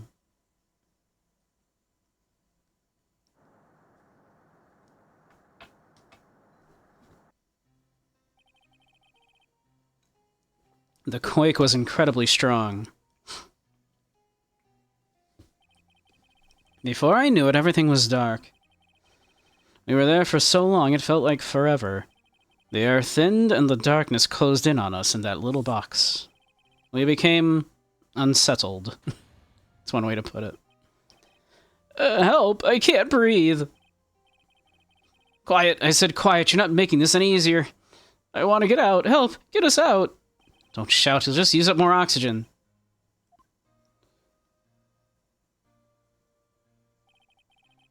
That's all I remember. When I came to, I was in a hospital bed, staring up at the ceiling. In court, Yanni Yogi's mental condition was called into question. They claimed the oxygen deprivation and stress had caused temporary insanity. In the end, the claim passed the court and Yogi was found innocent. Huh, but isn't that strange? This letter tells him to get revenge on Edgeworth. Why would he want to take revenge on you? Right. Yeah? There's something that's been troubling me these last few days. I didn't know whether or not I should tell you. You mean the nightmare? It's a nightmare I've had. A memory of a crime that I committed. A crime you committed? A memory of murder. Like how that's literally the third time now we've seen that. It has flashed back to that twice now. I think the time has come to tell all. For the last 15 years, I've had the same dream almost every night. I wake up in a fearful sweat every time. What kind of dream? It's a dream about my father's killing in the dark. Help! I can't breathe! Quiet. I said quiet. He literally, we just saw this like literally 2 minutes ago. Help, get us out. Don't shout. You'll just use up the oxygen. I can't breathe. You're using up my air. What? Stop breathing my air. I'll stop you. What are you? Stop breathing my air. No, Father. He's attacking Father. Then I see the pistol lying at my feet. I didn't know if it was evidence from the day in court or the bailiffs. In a daze, I pick up the pistol. Get away! Get away from my father!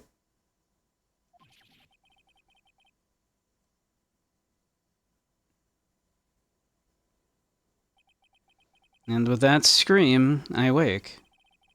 It's a bone-chilling scream. A scream that has rung in my ears for the past 15 years. But that's just a dream, right? Right?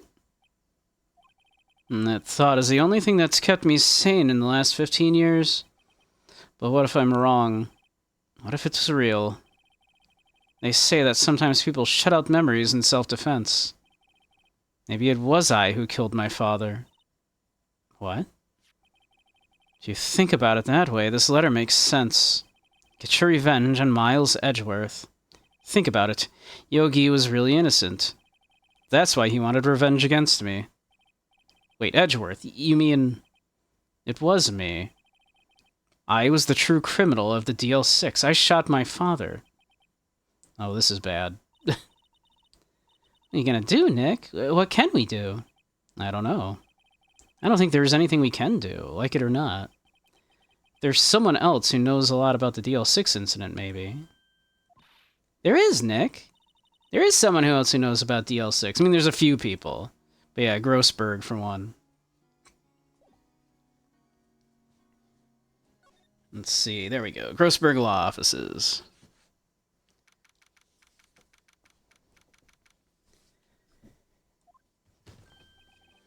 Mr. Grossberg. Ah, hello there. What's wrong? You look troubled. No kidding. I can't believe you're not. Oh, my. Just calm down and tell me what happened, It's Mr. Edgeworth. He,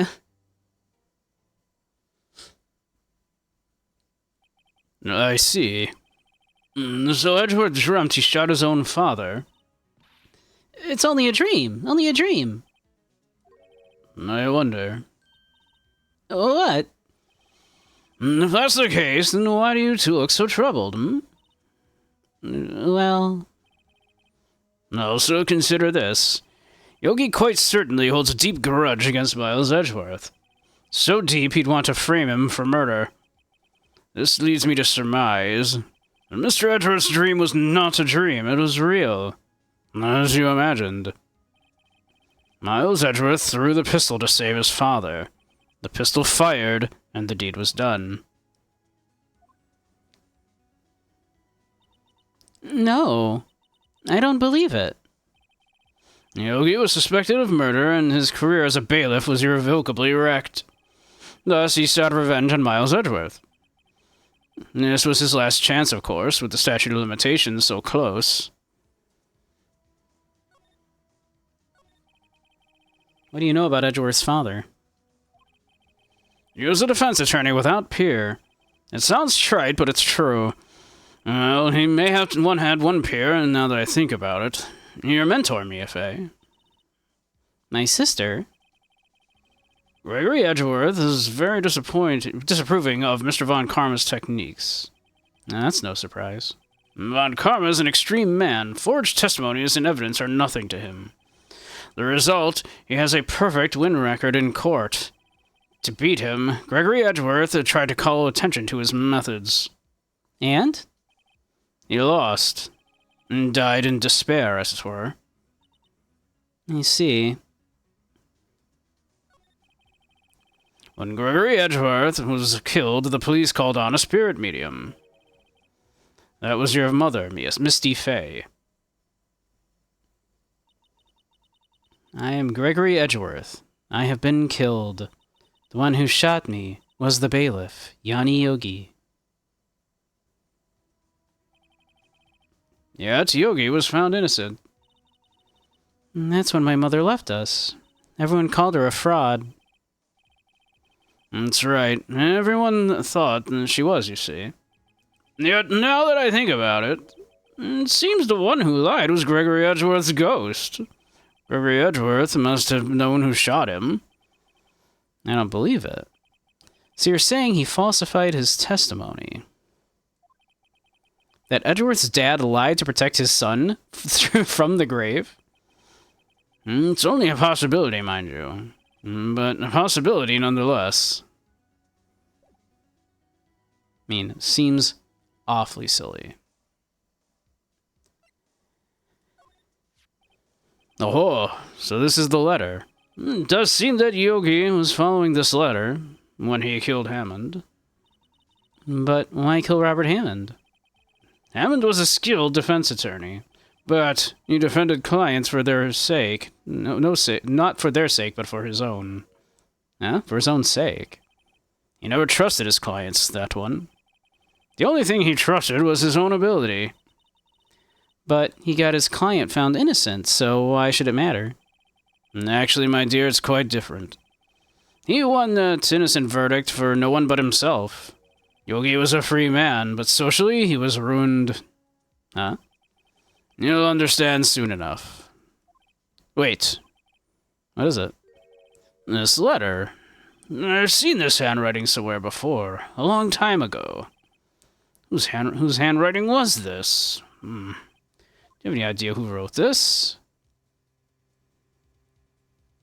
Why, who could it be? I mean, we know it wasn't Yanni himself. It wouldn't be Edgeworth. Could it be Manfred von Karma? Von Karma. Why would he have something to do with this? Well, I'm not sure. Von Karma. Von Karma. Oh, wait, you're right, my boy. This is Von Karma's handwriting, I'm sure of it. I used to see it all the time on court reports. What? But that means the one who told Mr. Yogi to kill was... Correct. Manfred von Karma himself. What does this mean, then? Why would von Karma want to frame Edgeworth? Why indeed? How strange.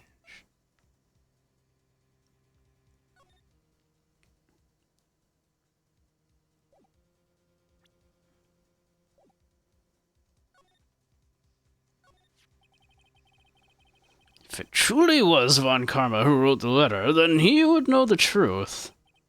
He would know that Miles Edgeworth had accidentally killed his own father. He'll say as much tomorrow in court, I should think. He'll press the point until the court finds Miles Edgeworth guilty. Oh no. But how could von Karma know about Mr. Edgeworth's past like that? Even Mr. Edgeworth thought it was just a nightmare. That I do not know. Yet I do know that von Karma is both persistent and a perfectionist. He may be seeking to satisfy a grudge against Gregory Edgeworth by hurting his son. What do you mean? It was 15 years ago. Von Karma met Gregory Edgeworth in court, and von Karma did win. But he didn't make it through the trial unscarred.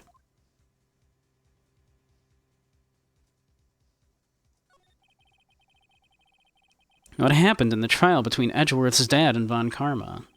Von Karma got the guilty verdict he wanted. He won the trial. But Gregory Edgeworth accused von Karma of faulty evidence. And though he lost the trial, Mr. Edgeworth's accusations stood. Faulty evidence? It's the only penalty von Karma has ever received in his career as a prosecutor. Gregory Edgeworth dealt a blow to his perfect trial record. Wow. It must have been quite a shock for von Karma. He took a vacation for several months after that, you see. A vacation? Yes, an unusual event for the man. That was the first and the last vacation he's taken in his many years of prosecuting. Really? He doesn't take vacations? Like, go to the sea or the mountains? Or don't tell me he's never been to Europe. You have very strange ideas about vacations, Maya. In any case, that was the only time he took a vacation from work. I believe the penalty upset him quite a lot. Odd. If he wanted to keep a perfect record so badly, why would he take such a long vacation? What do we do, Nick? Von Karma's gonna bring up DL6. You can bet on it. What if Mr. Edgeworth pleads guilty to DL6? I won't let him. Yes, Mr. Wright. I hate to say this, but even accidental murder is murder, you know. I know that. I just believe in Edgeworth's innocence. I can't believe he'd kill someone, even accidentally. But Nick, Mr. Edgeworth admits it himself. His father must have lied to protect him from beyond the grave. I don't care. I know he's not guilty. Mr. Wright, if you say so, I suppose I could go check again. The police files might hold something of interest. Sir Grossberg, thank you. I can't promise anything. In fact, I think the chances of finding something are slim. I understand. And police materials,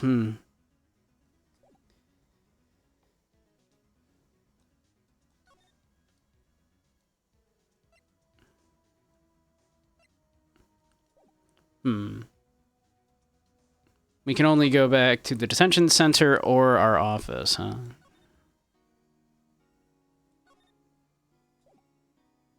Is there something left to do? Oh, okay, here we go. Criminal Affairs Department. There we go.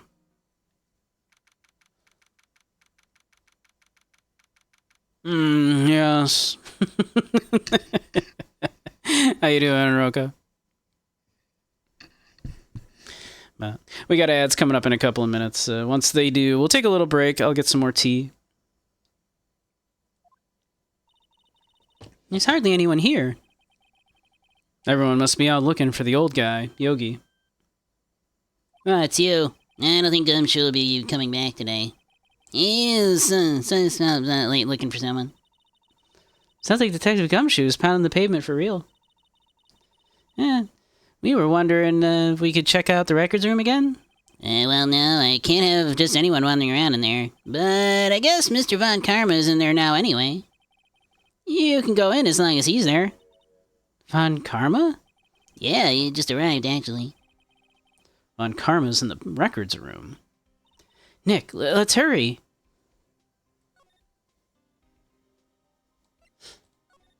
Why would Von Karma be in the records room? Dusty as always. Now, we were only here just yesterday. I'm sure they just haven't had time to clean. What's wrong, Nick? Nothing. I was just noticing that he isn't here. Von Karma.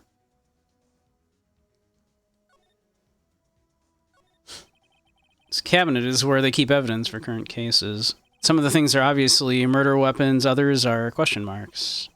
Most of it just looks like random junk. Nick, what do you think this clothespin is for? Don't touch that. It's evidence. Looks like there are files inside this glass case. The case is so dusty I can't see what's inside.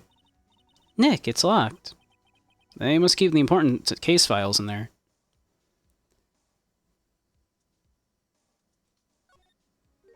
Huh? One of the drawers here is open. Someone must have been looking in it recently. The label says Unsolved Cases Evidence. Unsolved cases.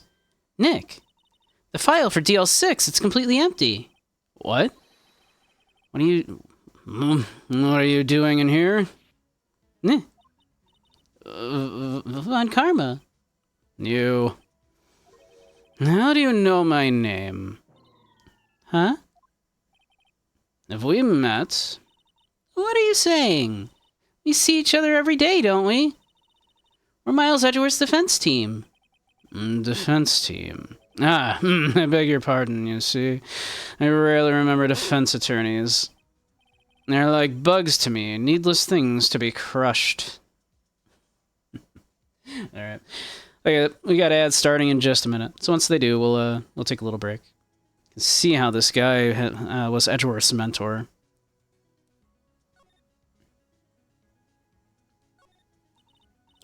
Mr. Edgeworth is your student, right? A romanticist who still can't shed that veneer of amateurism. Just like his father, always second rate. There we go. Alright, we'll be right back while those ads play. I'm gonna go grab some more tea. So, we'll be right back.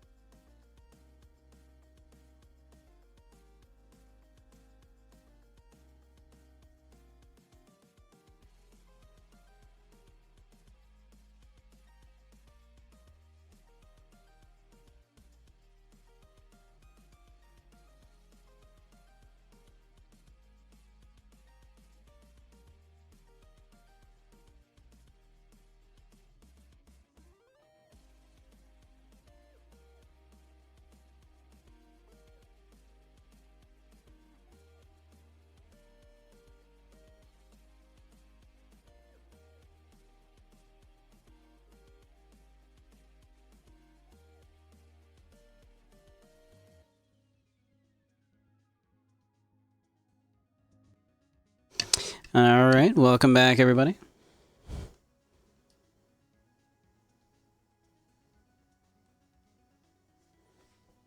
Mr. Von Karma. You had an axe to grind with Mr. Gregory Edgeworth, didn't you? Yeah, a grudge against a mere defense attorney? Why? Because he dealt a blow to your otherwise perfect trial record. So you did, but what I don't get is, why did you take his son under your wing afterward? The son of your most bitter rival. That, my dear attorney, is none of your business. Tomorrow will be the last day of this trial.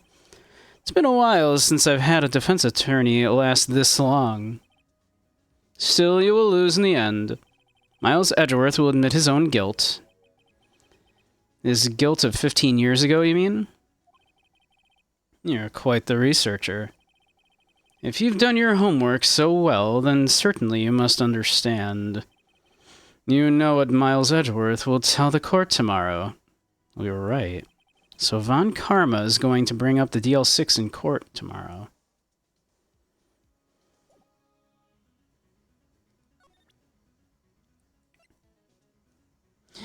This is like the umpteenth time that Phoenix like has to progress the story. We have to do something dumb, and that is like, hey, look at this thing we found that implicates you personally.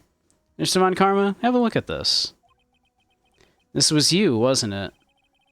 You instructed Yanni Yogi to commit murder. Yanni Yogi. How many years has it been since I've heard him called by that name? He's a fool. I told him to burn it after he read it. So you admit it? You wrote Mr. Yogi this letter? Yes, my dear defense attorney. Thank you for taking the trouble to bring it to me. You've saved me a lot of needless hassle. What? Nick, what is that thing? A stun gun? For self-defense, usually. Indeed. 600,000 volts will course through your body like a dog touching an electric fence. 600,000... Oh, don't worry. People don't die from it usually. Now give me the letter. No. No! Oh, what are you... Nick, run! Ah! Maya! Out of my way.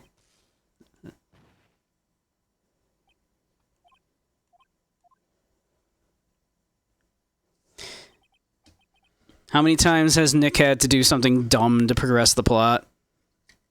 He got us. The letter's gone, of course. And he took the DL6 evidence. All of it. Back to having no clues. Wait, Maya jumped first. Maya, she okay? Maya. Gee, sure is a good thing no one else, in this police station heard any of that, right? Yeah, exactly. Yeah, like, you would think Phoenix would have at some point learned to stop doing this exact thing. Right? Because this is literally exactly what he did to Red White in, like, the second case, right? Like, what the fuck? Come on, Phoenix. Maya, open your eyes. I can't believe Maya dies here. That'd be a twist. The letter. Did he take it? Huh? Oh, yeah. Are you okay? Nick, why did you show him the letter? I couldn't stop him. I jumped as fast as I could, but one shot from that thing knocked me out cold. I'm useless. I'm no good as a lawyer or a medium. I can't even call my sister. Maya's very good, though, at going, a shot needs to be taken, I will take the shot. Like when she got herself arrested earlier. Not even now, when we need her the most. I wish I hadn't woken up at all. And then Maya died.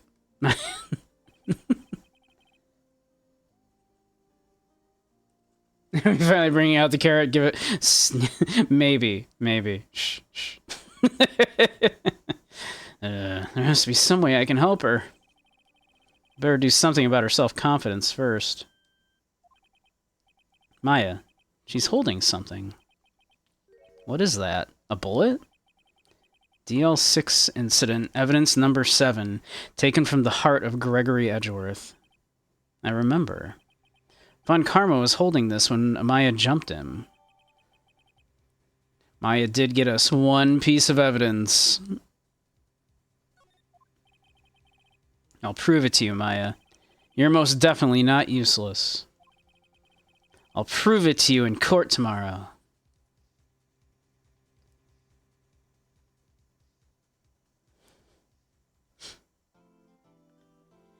What are you talking about? It would be so silly if we had to cross-examine a parrot. Come on. There's no way we're going to cross-examine a parrot.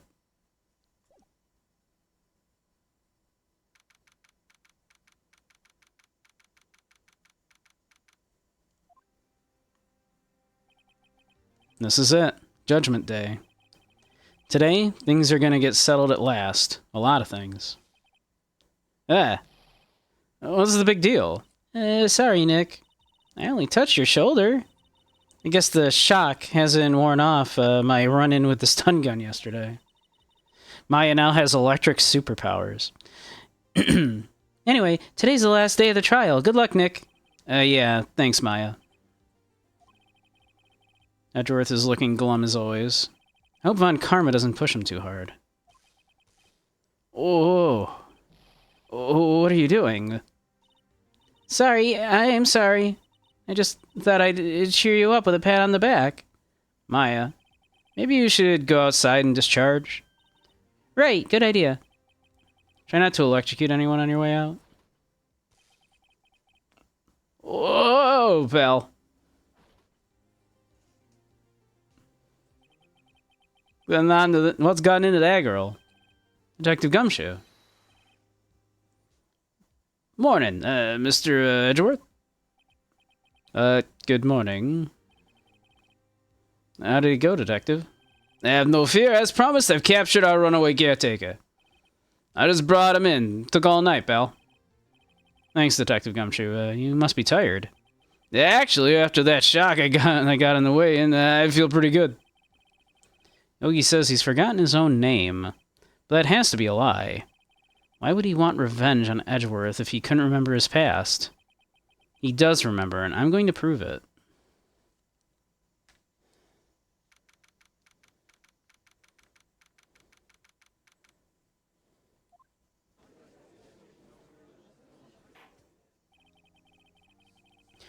Court is now in session for the trial of Miles Edgeworth.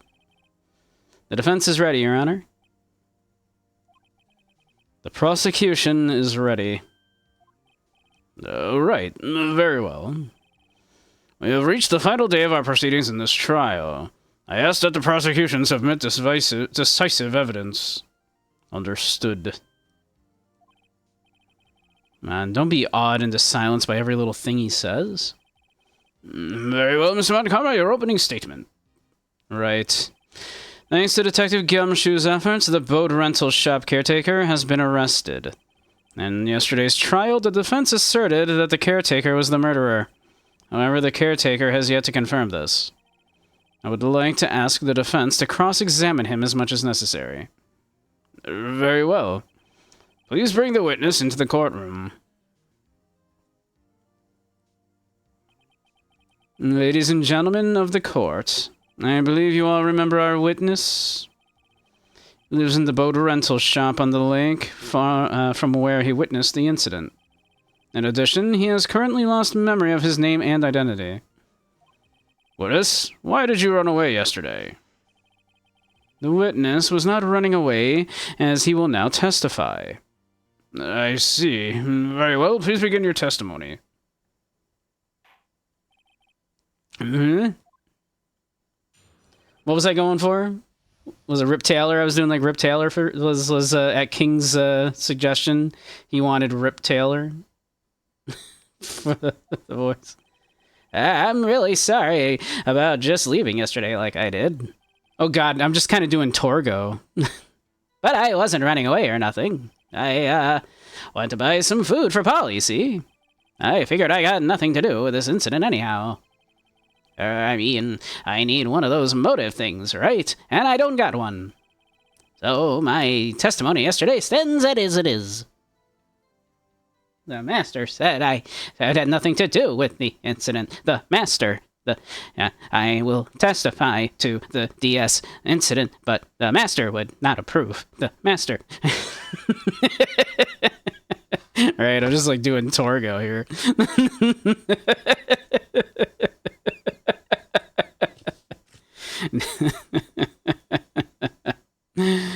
Von Karma. Shoulder of Fate. Very well. Let's begin the cross-examination, shall we? He has to know his name. Yanni Yogi. You're Yanni Yogi, and I'm going to prove it. I never got this joke. Like, the names, all the names in this game are puns. I never was able to suss out Yanni Yogi. Like, what the pun is with Yanni Yogi.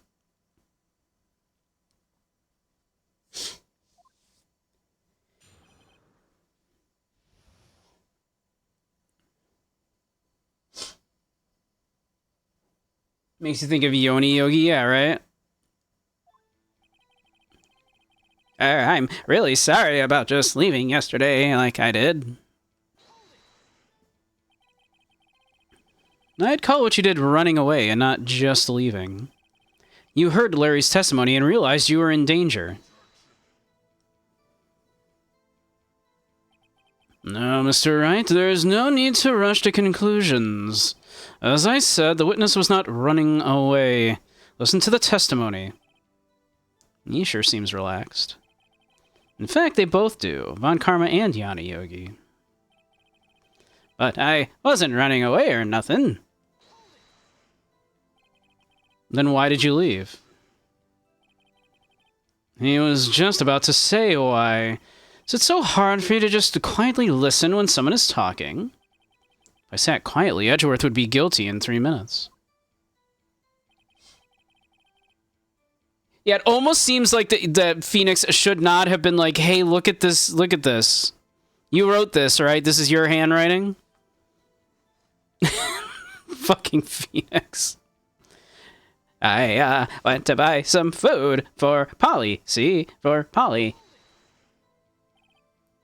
Food? Well, Polly is a bit of a gourmand, you see. She only eats these high-quality bird pellets from France. They only have them in the big pet shop downtown.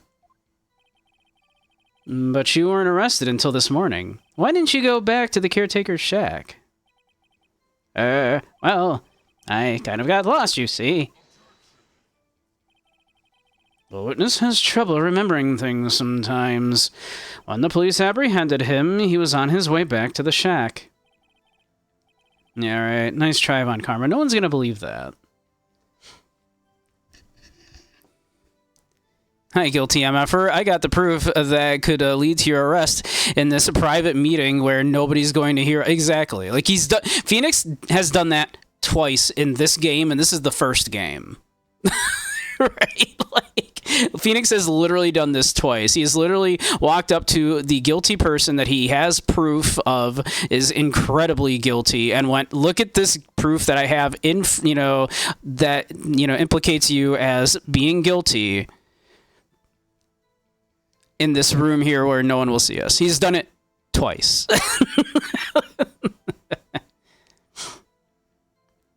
See, Yanni Yogi is a play on words for Yanni because he falls asleep in the middle of conversations, and Yogi because he's a practitioner.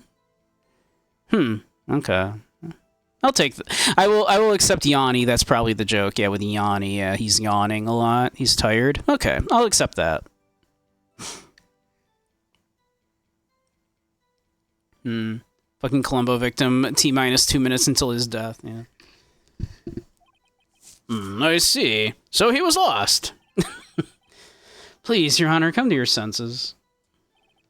I figured I got nothing to do with this incident anyhow. You've lost much of your memory, is that correct? Yeah, seems like it. Then how could you know that you didn't have anything to do with this incident? Or maybe you're lying about not having your memory? You know exactly who you are. The witness has testified quite clearly that he has no memory of who he is. If you claim he is lying, then show the court proof. How am I supposed to prove what's going on in that old codger's head? It's impossible. I'm glad you've come to your senses, Mr. Wright. Very well, witness, please continue. I would need one of those motive things, right? And I don't got one. How can you say you had no motive? I say you do. You had a grudge against Edgeworth and the victim, Robert Hammond. That's why you took revenge on them, right? Please, don't make me repeat myself, Mr. Wright. This witness has no memory of anything beyond several years ago. He can't hold a grudge. It's impossible. I have to prove he's lying about his memory. Otherwise, it's going to be the same thing over and over until the trial ends. Might I say something, Mr. Wright? Yes, Your Honor? You've been saying the same thing now over and over. You've been calling the witness's memory of the past or lack thereof into question. But does this really have anything to do with the current case? Of course, Your Honor. The witness has said he has nothing to do with this case and no motive. Both of these statements are lies. Order! Mr. Wright, there's a serious problem with your claim. What are you saying? Are you saying you know who this witness is? Of course, Your Honor. Now this is interesting. I would like to know myself. So who is he? I'll play dumb, Von Karma. Mr. Wright, please tell us this witness's name. Gregory Edgeworth! His name is Yanni Yogi, a former court bailiff. Yogi? That name seems familiar. Oh! Yanni Yogi, from the DL6 incident. Figures the judge would have heard of it. It was such a famous case. But what does this mean? Your Honor, if this man is Mr. Yogi, then he has a clear motive.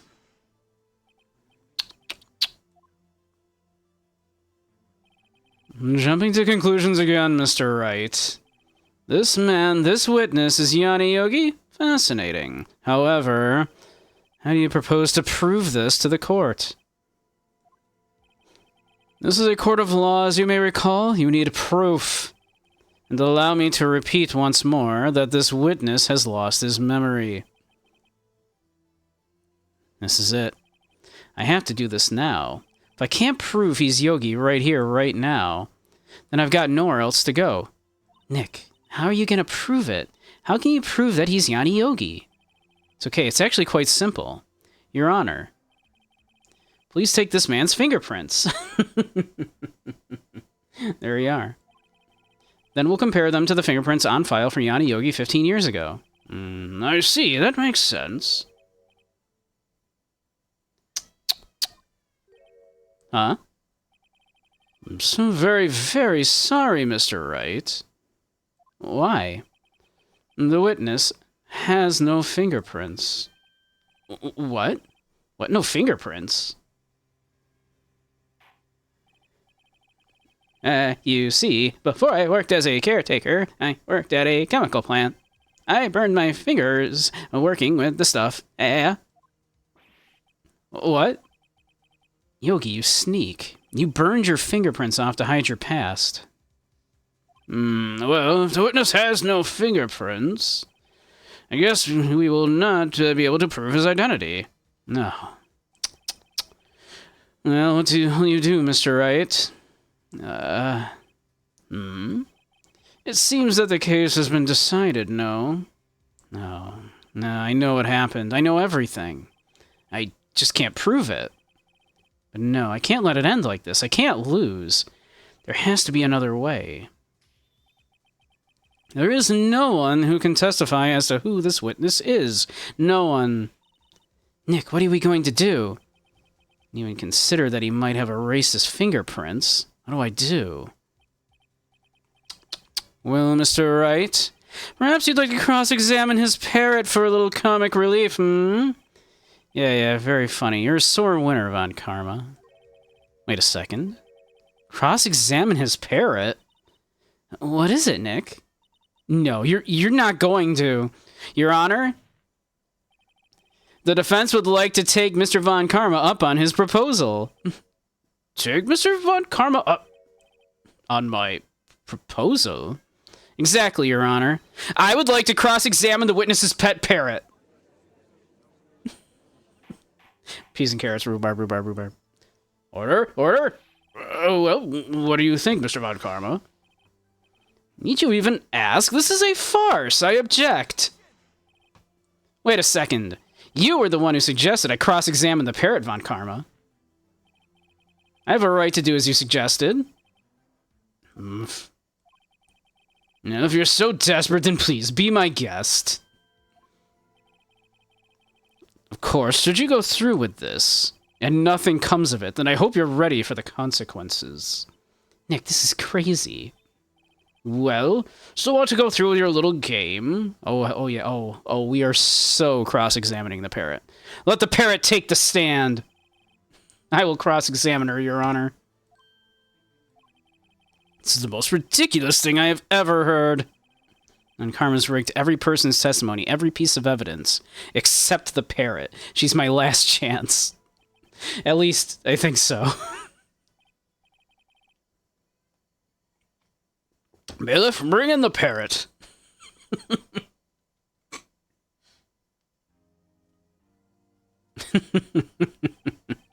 That's quite a bird. Please tell us your name? Name. The witness is ignoring me. Must hurt to be ignored by a bird. Very well, witness. Who is your owner? Please testify for us.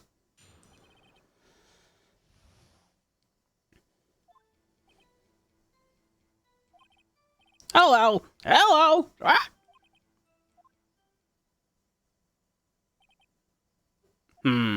Certainly the most concise testimony we've had so far. Very well, begin your cross-examination. Right. What are you going to do, Nick? I don't know. What do we do, Maya? I know, this is the best. I love this case. This is one of my favorite cases in the entire game. Plus, the actual solution at the end is actually very good. Hello! Hello! Ah! Witness, you can't just say hello and expect us to get anywhere. I want you to testify. Maya, you talk to her. Right. What do I say?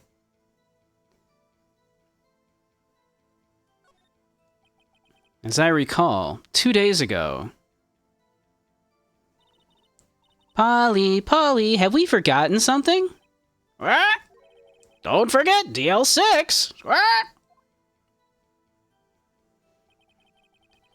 If I can get Polly to say that here, that will prove that the caretaker had something to do with DL6. Polly, have we forgotten something? Hello! Hello! What? That's not what you're supposed to say. Forgot something. We forgot. Hello! Hello! What? Oh, it's not working, Nick. She won't say it. This is ridiculous. Why won't she say it? Something the matter, Mr. Wright. Wait. Don't tell me Von Karma expected this. He couldn't have retrained the parrot, could he? Did he train her not to respond when we asked if we'd forgotten something?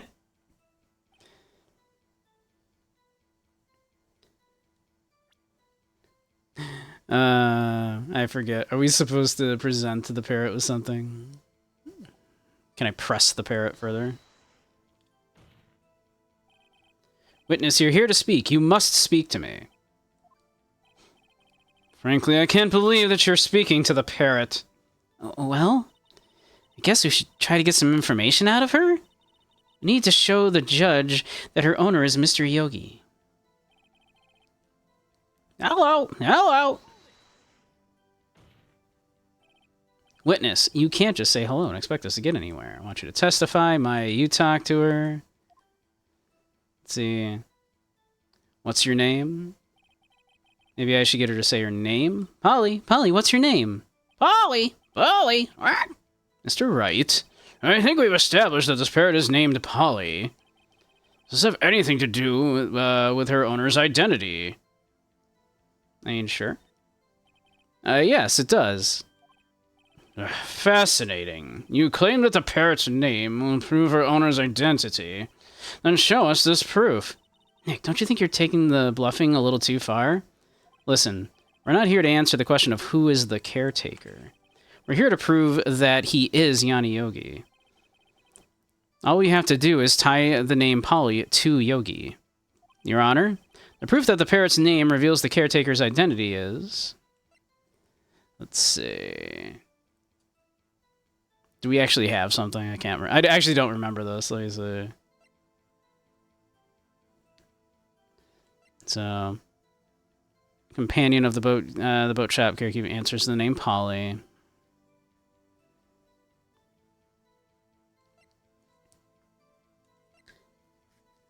I don't actually remember if this is the correct course of action or not, even. Let's see. Courthouse depleted in the incident. No clues found on the scene. One bullet murder. Let's see. Trapped in the elevator. Polly Jenkins. Yeah, because that's right. Named after Polly. Okay. I was going to say, I think the name, it does mean something. That's why. Okay, yeah. The DL6 case file? It's quite a large file you have there. Which page is this proof on, then? Show us, or stop wasting our time. Yeah, 3 whole pages. That's so many. Very well, Mr. Wright, please show us the page. Where in this file is the information connected to the parrot's name? Hold on. One moment, please. Suspect data.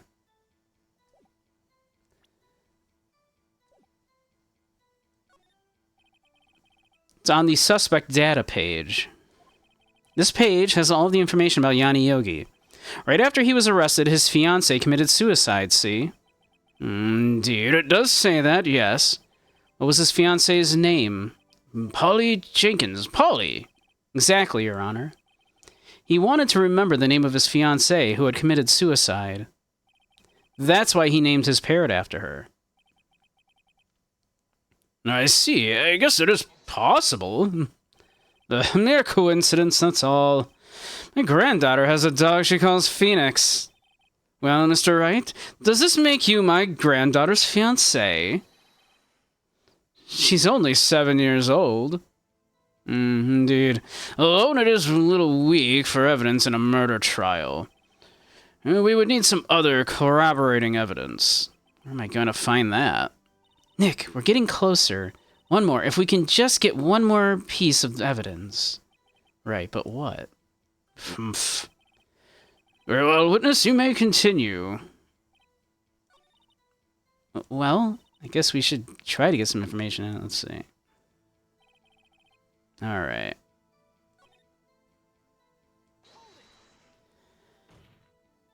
Let's see, you're here to speak. You must speak to me.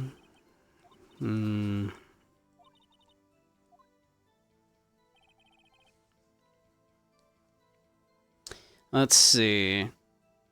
I don't think we can press her further here, but let's see. Witness, can't say. Yeah, okay. We can. Let's see, what's the safe number? Maybe I'll get her to say the number that's safe? Huh? The safe? Why? It's just to try to get her to say anything, okay? Polly, what was the number to the safe in the shack? 1228. 1228. My, what a reckless parrot. Well, Mr. Wright, you aren't claiming that this number has something to do with the caretaker. Actually, it does. Actually, it does. That's why I had her say it. Ridiculous. How can the number to a safe tell us who the caretaker is? Show us your proof. What could possibly link this number to the caretaker's true identity? Is it another thing in the incident? 1228. Yeah, it's the date of the incident, 1228. It's the date of the incident.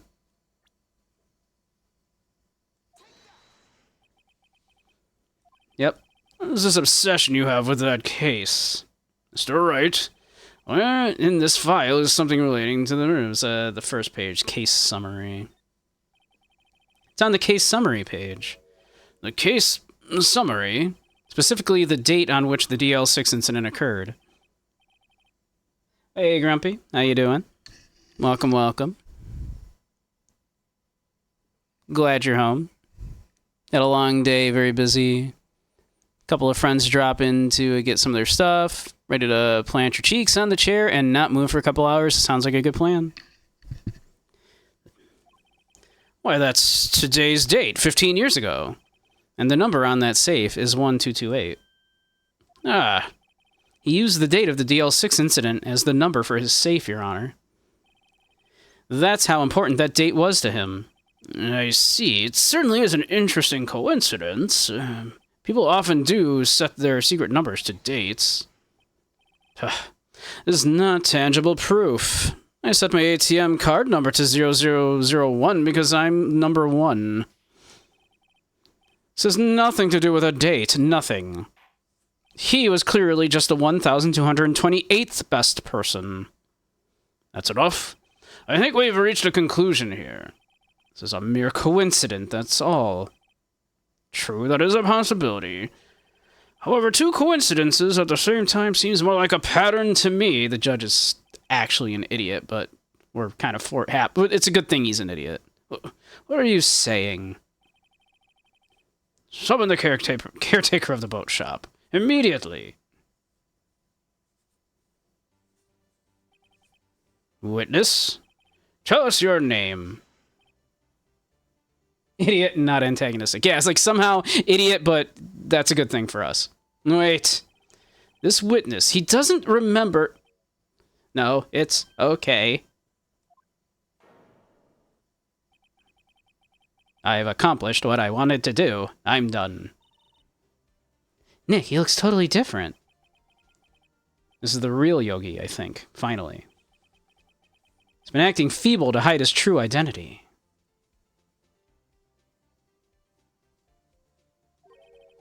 Acting for 15 years. Well, let me ask you again. Please state your name for the court. My name is Yanni Yogi. 15 years ago, I served as a bailiff in this very court. Order! Order! Yanni Yogi. So, was it you who killed Robert Hammond and tried to frame Miles Edgeworth for his death? Yes, it was me. I did it. They put me on the witness stand 15 years ago. Robert Hammond. He said I was mentally unsound. He told me it would make me innocent, get me off the hook. So I pretended to have brain damage. I was innocent, really, but he didn't believe me. We won the trial, but I lost everything. I lost my job, my fiancée, my social standing. Then this year, 15 years later, a package arrived. It was a letter and a pistol. The plan was written out in careful detail. It was a plan for me to take my revenge on the people who ruined my life. I didn't care who had sent it. I thought this was my chance. After 15 years, this was it. Finally a chance to have my revenge on Robert Hammond and Miles Edgeworth. I have no regrets. Oh, wait a moment. Revenge against Miles Edgeworth? What do you mean? I'm not at liberty to speak on that matter. Why don't you ask Mr. Edgeworth yourself? Anyway, I admit it. I was the one who killed Robert Hammond. Von Karma, where's Mr. Yogi? Under arrest, Your Honor. I saw no room for error in his confession. Then the defendant Miles Edgeworth is innocent, in this case at least. Very well. Will the defendant please take the stand? There are a few mysteries left unsolved. Still, you are cleared of suspicion of this particular case. So I would like to pass judgment on the murder of Mr. Robert Hammond. Any objections? I don't believe it. Why isn't Von Karma saying anything? Very well. This court finds the defendant, Mr. Miles Edgeworth. Hey, we did it. Hey, that was pretty easy. We did it. That is all. The court is adjourned.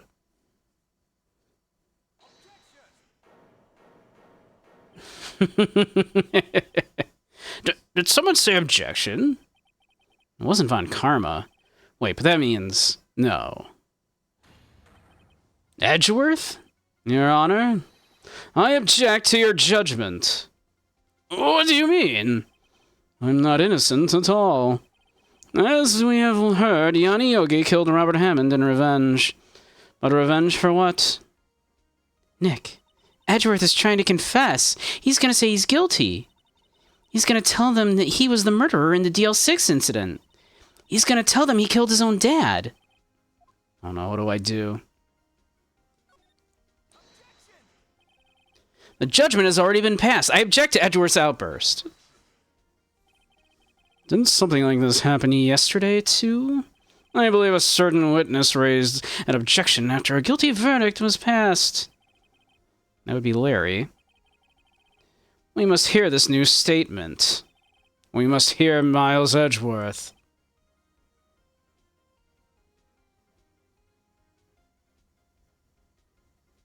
Are you not getting the sound of the game? Have I been going for almost 3 hours and you haven't been getting game sound?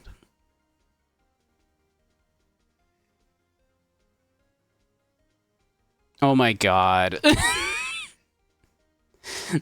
Oh, it's very quiet, but it's there? Okay. My VA is good. Well, I'm glad, but yeah.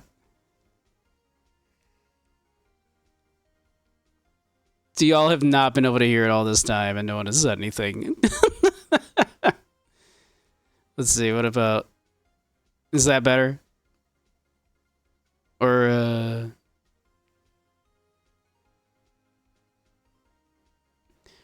hear me loud and clear, but can't hear anything from the game.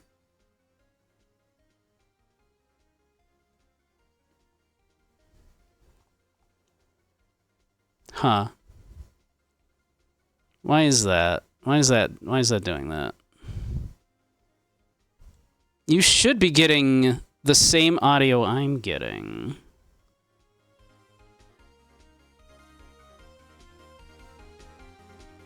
Okay, how's that? Y'all could have told me it was that quiet.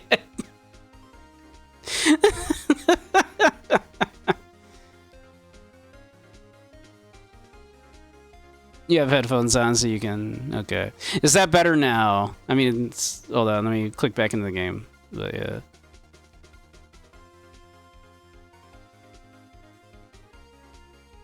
Are they stereo headphones? They are. Here, how about that? Is that better?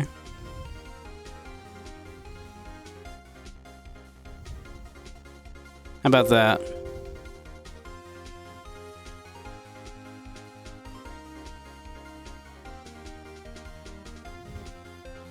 Maybe it's just not coming through on basic channels. Okay, you can hear it now. Okay, I raised it up.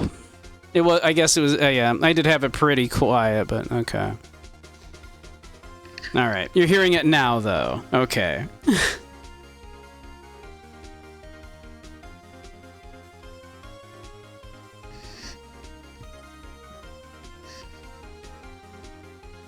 Okay. As long as people can hear it now. All right. He's right. We have a duty to hear Mr. Edgeworth out. Oh, okay, crystal clear now. Well, I did raise it up a lot, too. But... For 15 years, I've had a reoccurring dream. A nightmare. It's only a nightmare, that's what I told myself. But now I know it wasn't a dream. Yanni Yogi wasn't the killer. You mean in the incident where your father died? From the distance of the shot, it wasn't suicide either. Everything was as clear as day. The murderer. The criminal in the DL6 incident. It was me. Your Honor, I confess my guilt. I'm guilty for DL6, the statute of limitations of which ends today. The culprit is me. Order? Order? This is certainly unexpected. The defendant declared innocent is confessing to a different crime. A crime for which the statute of limitations runs out today. What a coincidence. I'm not really sure how I should deal with this. It's obvious. We hold a trial right here, right now. We tried this man for his crime of 15 years ago. I think I would like to take a 5-minute recess. During this time, I will consider the appropriate course of action to take. Court's adjourned.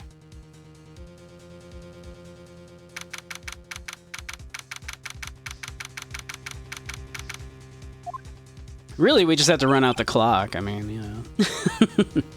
I'm sorry, right? I've just wasted all of your effort. Mr. Edgeworth? I don't believe it, sir. I mean, you kill your dad? I didn't want to believe it myself, Detective, but it's the truth. I deserve to be punished, like a bad, bad boy. Murder is murder, no matter the consequences, the circumstances. This is crazy, it's just crazy! Nick? What are you doing? Huh? Oh, I was just reading through the court record once more. Getting my case ready. Your case? For what? Huh? Isn't it obvious? Gonna prove that Miles Edgeworth is innocent. What are you talking about, pal? He just admitted to it. He confessed that he did it. In court. I'm sorry, Edgeworth. But I don't believe your nightmare. What?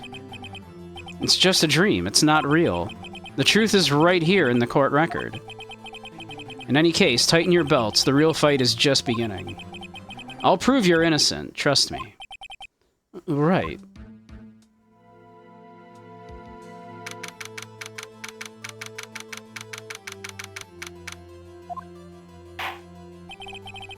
Now then, I would like to resume our trial.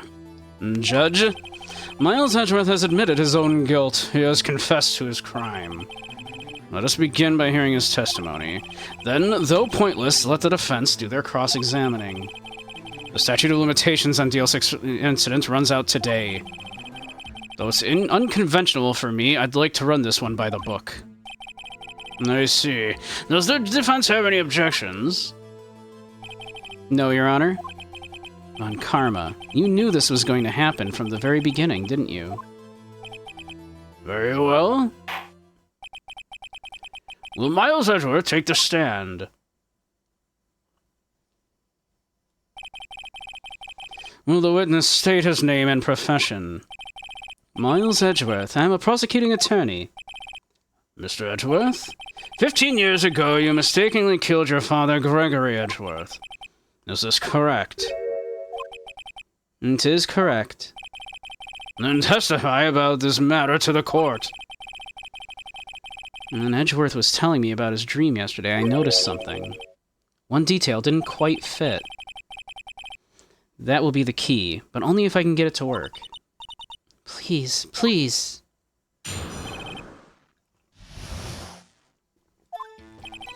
That day, I had gone to the courtroom to observe one of my father's trials.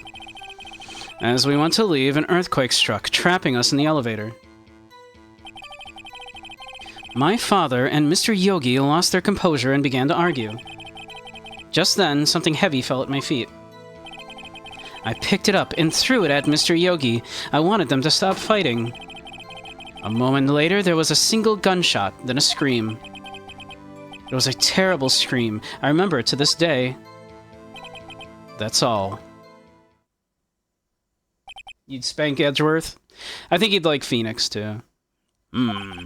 Until now, you thought this memory was a dream. We were stuck in that elevator for 5 hours. The oxygen in the elevator ran out and I lost my memory of the events. The same claim Mr. Yogi has made. Very well. Mr. Wright, your cross-examination, please. Yes, Your Honor. His hair might impale you. That day, I had gone to the courtroom to observe one of my father's trials. What was the trial your father was involved in on that day? I don't remember things very clearly. Only 2 things. I know my father lost, and Mr. Von Karma was the prosecuting attorney. Mr. Von Karma, you were handling the case? It was 15 years ago. I don't remember the details. That was when Edgeworth pointed out the problem in Von Karma's evidence. As we went to leave, an earthquake struck, trapping us in the elevator. My father and Mr. Yogi lost their composure and began to argue. Oops. Supposed to be pressing. Hold on. Got caught up in the...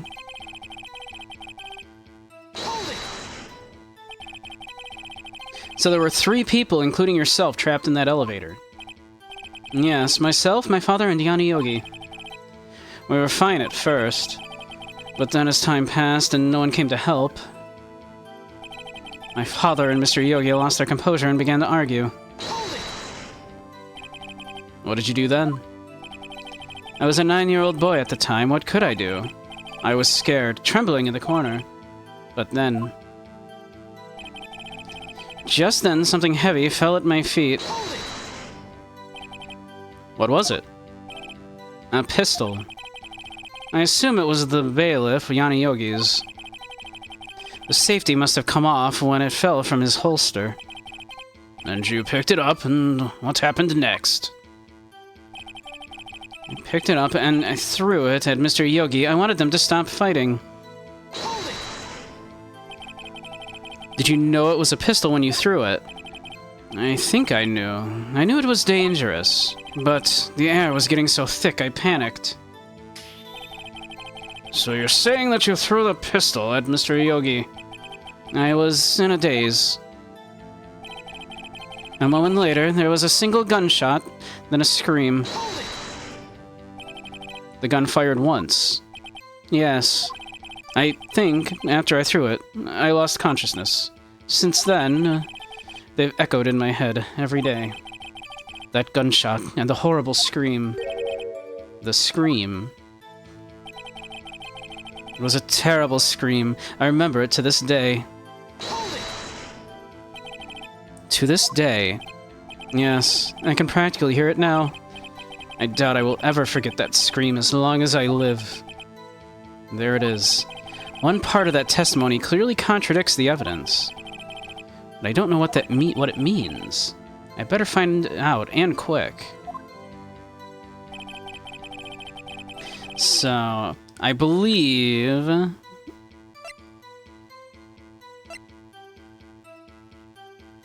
Let's see.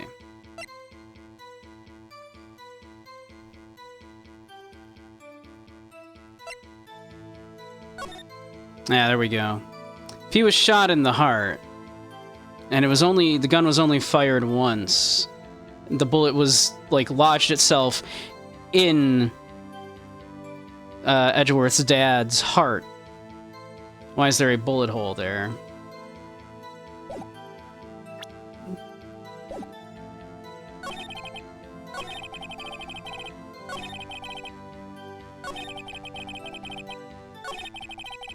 A single gunshot.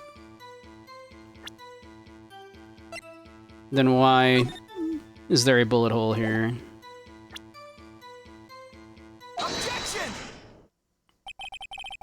So, there was only one gunshot? Yes, I'm sure of that. I heard the shot and the scream, then everything faded. I was unconscious until the rescuers came. I see. No, Your Honor, unfortunately, you don't. Take a look at this. Look at this photograph. It always makes me laugh. Every time. This is a photograph of the scene of the crime 15 years ago, and in it lies a clear contradiction to Mr. Edgeworth's testimony. Well, I can see the victim, Gregory Edgeworth, lying there. Well, what do you mean, a contradiction? Just as I thought. The judge is clueless, as always. Show the judge the contradiction in the photo. Boop! As should be obvious, the contradiction is here. I see a bullet hole in the door. Your Honor, Miles Edgeworth testifies that there was only one gunshot. However, according to this photograph, not one, but 2 shots were fired. One shot hit the victim, the other hit the elevator door. I ask you then, why did Miles Edgeworth only hear 1 gunshot? This photograph does seem to confirm a second shot. However, when was the hole in the elevator made? It might have been there before the incident occurred. If it was there before, it has nothing to do with this incident. Mr. Wright, do you have proof that this bullet hole was caused at the time of the incident? Do we? I don't know if we do, actually.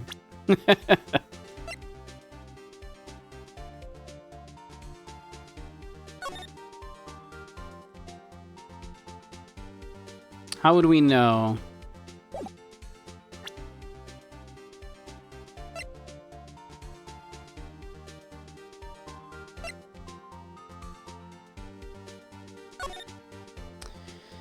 Let's see. Air in the elevator was oxygen depleted at the time of the incident. No clues found on the scene. Defense attorney trapped in the elevator returning from a lost trial with son, Miles Edgeworth. 1 bullet found in the heart. The murder weapon was fired twice. There we go. Murder weapon was fired twice. Or bailiff trapped in elevator with the Edgeworth's memory loss due to oxygen deprivation. I guess that's what it's trying to get at. We know that the murder weapon was fired twice.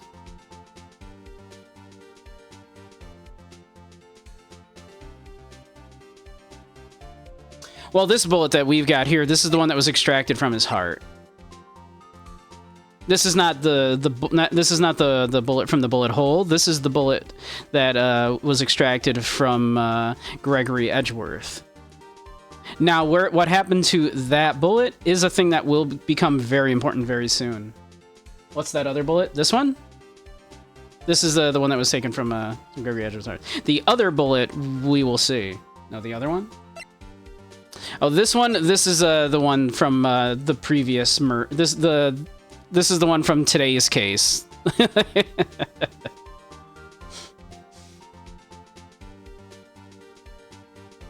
This is the one that was found in Hammond's body, which is unrelated. Which is okay. Yeah, no problem. Proof that this bullet hole was caused at the time of the incident. Yes, sort of. Your Honor, I think I will be able to show you proof. What? Impossible. No, Mr. Von Karma, save your surprise for after you've seen the evidence. Very well, Mr. Wright, show us your proof. What do you have that proves the bullet hole in the door was related to this incident?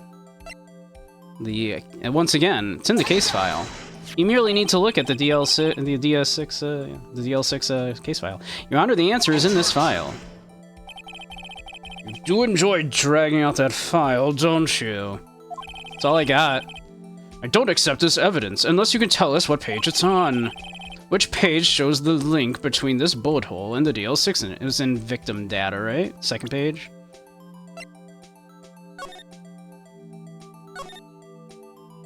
Murder weapon was fired twice. Yeah, victim data.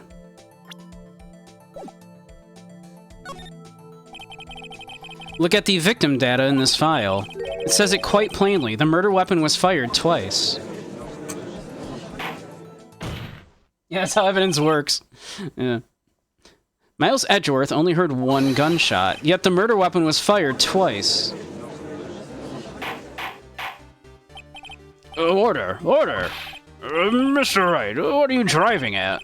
It's simple, Your Honor. At the time of the incident, 2 shots were fired. One went into Gregory Edgeworth's heart. The other hit the elevator door. Remember that the defendant lost consciousness after the shot he fired rang out. In conclusion, we must agree that the second shot was fired by someone else. Mr. Wright, but who could that someone else be? The murderer, of course. Knew I should have stepped in before your wild fantasies got out of hand. Mr. Wright, look once more at the DL6 incident case file. Look closely. Try the case summary page. Case summary. It's on page 1. Look what is written there. Not a single clue was found on the scene. If the pistol had indeed been fired 2 times, the other bullet would have been discovered on the scene. He does have a point. That second bullet was never found. Why? Because the second bullet does not exist. The bullet that claimed Gregory Edgeworth's life was the one fired by his own son. That is the truth of the matter, the whole truth. We got ads starting again in a minute, so once they do, we'll take another little break. It was undoubtedly something else that made that bullet hole in the door. Order? I will have order. Mr. Wright has proven one thing to us quite clearly. That the murder weapon was fired twice at the time of the incident. However, as Mr. Von Karma says, the second bullet fired was not found. It is highly unlikely that the police merely overlooked this second bullet. So all we have is the single bullet fired. I'm afraid I have to discount the defense's claim. I praise the judge for his wisdom in this matter. How did this happen? I don't believe that the second bullet didn't exist. Was I wrong? There you go. Alright, we'll take another little break while those ads run. We'll be right back.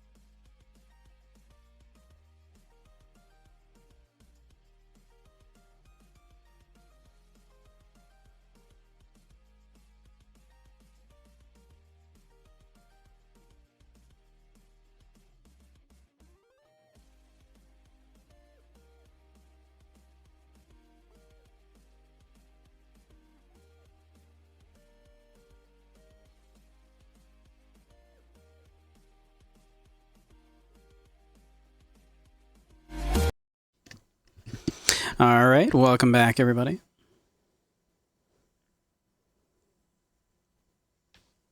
Let us continue. I've been wrong about this whole incident? What are you doing, Nick? Why aren't you raising an objection? I'm sorry, Maya. What? It looks like I was wrong. Nick. If the second bullet wasn't there, then all of my conjectures are for nothing. No. But you said you'd do it, Nick. You said you'd get Edgeworth declared innocent. I'm sorry. It's just, when I saw the photograph, I thought that 2 shots had been fired. I was so certain of it. I thought I'd won. I thought there was another person, someone else who fired the killing shot. But now, I was wrong to think it could be that simple. This case has stood unsolved for 15 years. Nick. Well, it seems that we have finally cleared up this incident. Only 1 bullet was found at the scene of the crime. That shot was fired by Miles Edgeworth. Precisely. I'd like to ask one thing of Miles Edgeworth before passing my verdict. Have you been paying attention to the trial so far? Yes, Your Honor. You have any objections? No. No, I do not. So you killed your father, though that was not your intention? Yes, I did. Oh no. He's accepted the guilt. Very well. The statute of limitations on the murder of Gregory Edgeworth runs out today. Therefore, I must pronounce a verdict on the defendant today, right here. Right now. Indeed. Does anyone have any objections? I've been here before. Just like my first day in court. There's so many things I know I should be saying. My mind's gone blank. I can't find the words. Mr. Wright? I have an objection. Your Honor? I object. Mr. Wright, on what grounds do you object, Nick. I don't know. His case is perfect. Oh no. It must exist. The second bullet. What? What did you just say? Nothing. The second bullet must exist. But where? Someone took it.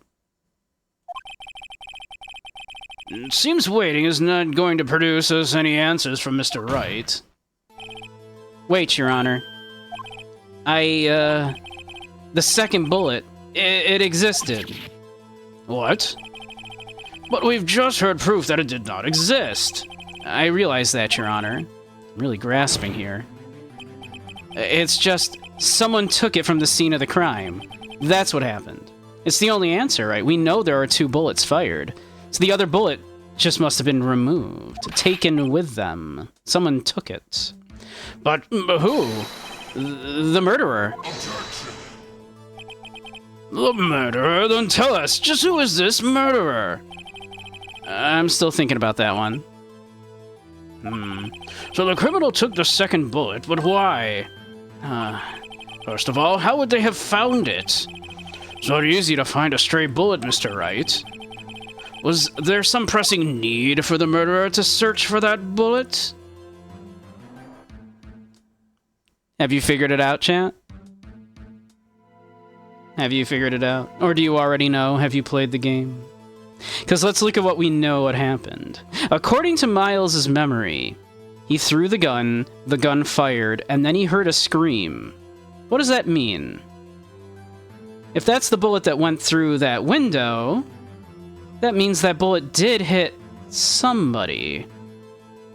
So it's not that they had to take it with them. It was already in them, right? Why? Why would the murderer have to spend the time to look for the stray bullet? I haven't got a clue. What's wrong, Mr. Wright? The murderer had no reason to take that bullet. You don't want to admit it, but it's true. Had to take it. Had to take it? The murderer? What does that mean? You're thinking too normal. Think crazy. Don't think why the bullet was taken. Think why the bullet had to be taken. Mr. Wright? Yes, Your Honor. No idea what I'm doing. Well, the murderer had no intention of taking the bullet from the scene, but the murderer had to take the bullet. Had to, Mr. Wright? What do you mean? Well, for instance... For instance what?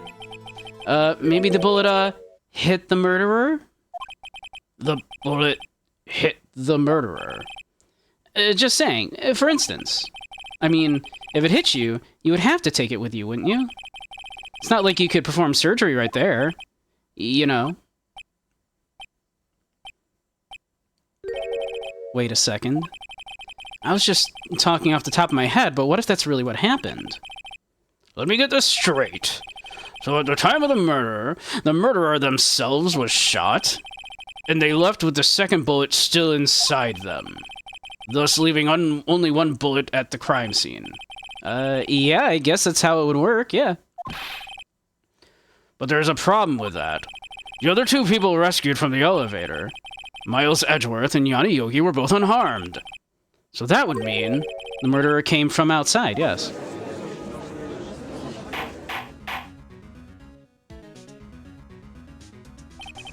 The two men fight inside the elevator. Trying to stop them, the boy picks up the pistol at his feet and throws it. The pistol discharges, and the bullet goes through the elevator door and hits the murderer outside. The boy loses consciousness. Then the murderer opens the elevator door and sees the men inside. Mr. Wright, you are truly the most unpredictable defense attorney I've ever known. I can't tell if you're grasping, yet I cannot deny the possibility of what you say.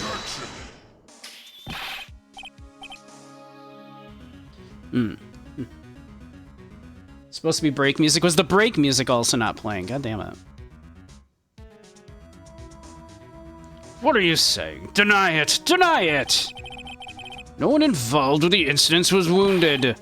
There was no murderer. No one was wounded at the time of the incident. He's right. I can't think of anyone. Hey, Nick. Huh? I just thought of something really crazy. Crazy? Remember what Mr. Grossberg said yesterday? Gregory Edgeworth dealt a blow to his perfect trial record. It must have been quite a shock for Von Karma. He took a vacation for several months after that, you see. Yes, an unusual event for that man. That was the first and the last vacation he's taken in his many years of prosecuting. What if Von Karma didn't take that vacation because of shock, but took it because he was injured? Which would mean... could only mean one thing. He was the murderer in the DL6 incident. He was the man who shot Gregory Edgeworth. It was Von Karma. Oh, man. Something wrong, Mr. Wright? You seem dazed. No, Your Honor. Well, you've indicated the possibility that the murderer came from outside. Can you give us the name of your suspect? Uh-oh. Should I come out and say it now? We might. Sure, why not? Your Honor? There is a suspect. One lone suspect. Well, this is certainly interesting news. Very well, Mr. Wright. Who is your suspect? My hands are shaking. What? Von Karma. Von Karma?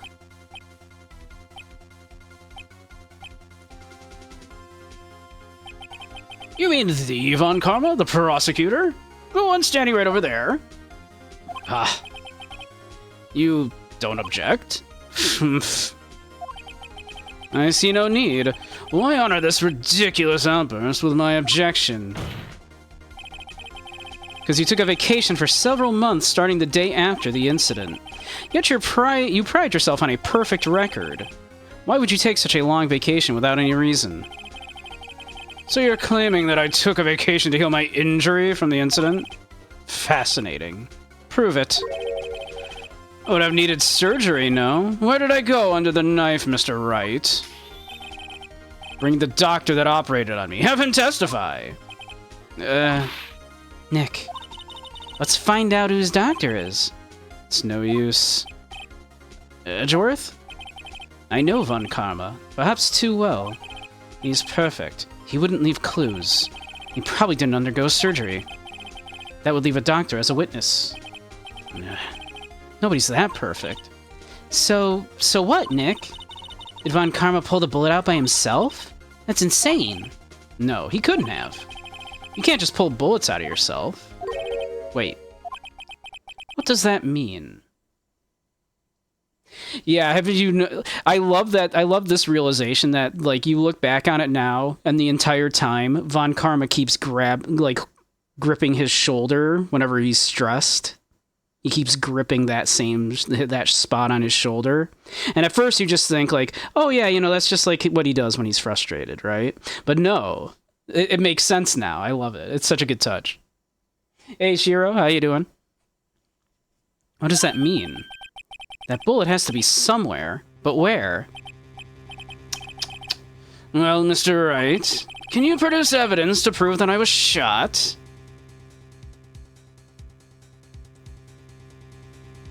I mean, we have a way that, if it's still in his body. All right, Von Karma, I'll prove it.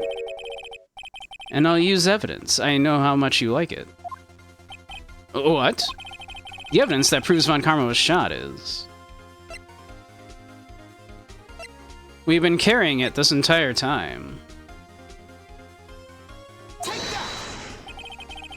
Von Karma is perfect. He wouldn't risk surgery leaving an evidence trail. So then I ask, where is that bullet now? I think it's unlikely that Von Karma performed surgery on himself. You don't mean... I do. There is the possibility that the bullet is still inside Von Karma.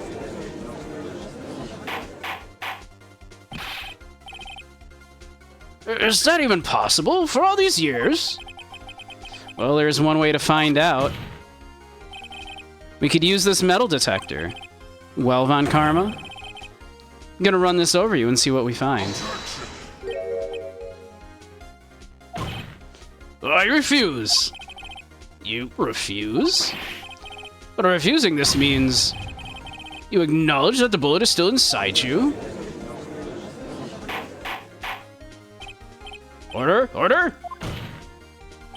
Your Honor, the defense requests that we be allowed to use the metal detector.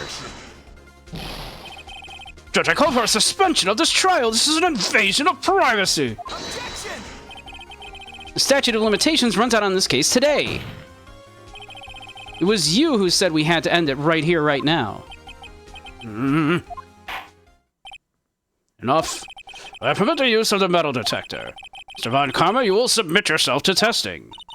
Nick, what does this mean? I don't know, but we have to give it a shot.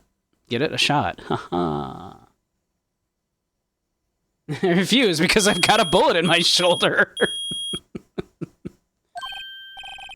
It reacted. Something's inside his right shoulder. The bullet.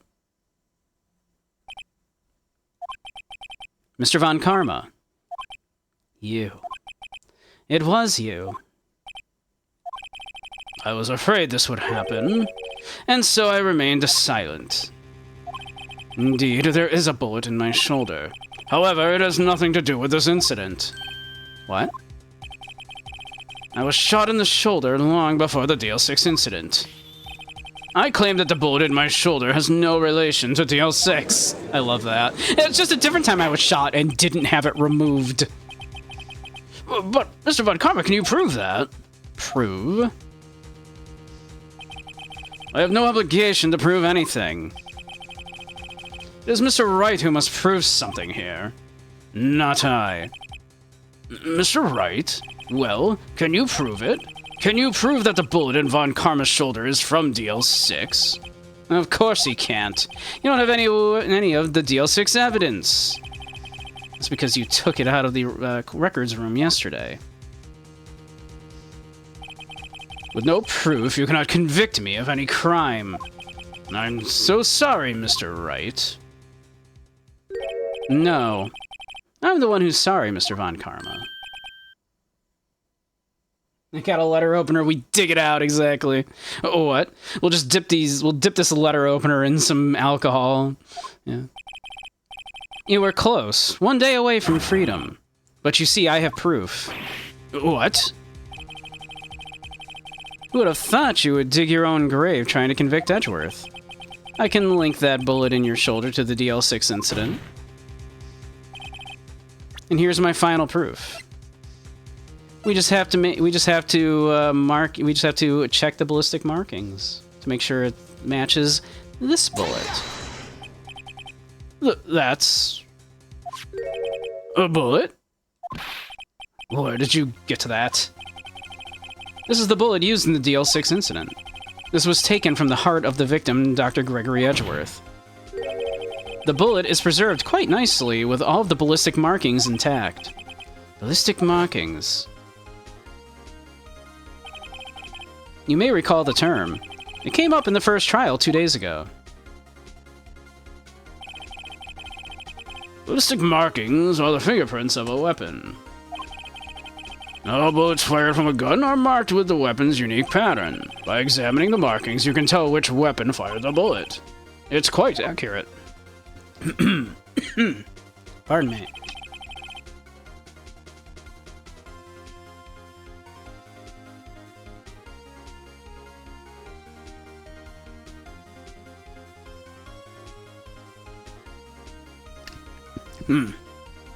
I love doing these voices, but it gets a little rough after a couple hours.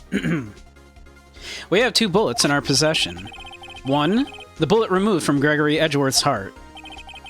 The other, Mr. Von Karma, is the bullet buried in your shoulder. We could analyze both bullets. Then, if the markings matched, we would know that both bullets have been fired from the same gun. The very same pistol. In other words, the murder weapon that killed Gregory Edgeworth.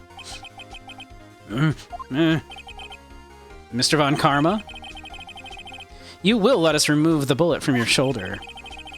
Then we'll compare the ballistic markings to those on the bullet. And solve this case once and for all. Well, Mr. Von Karma?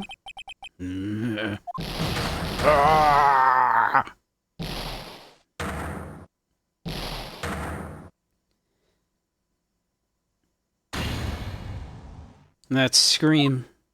I've heard that scream before. Wait, I know. He's going Super Saiyan. Help! I can't breathe! Quiet. I said quiet! You're not making this any easier! Stop breathing my air! I'll stop you! Stop breathing my air! Get away! Get away from my father!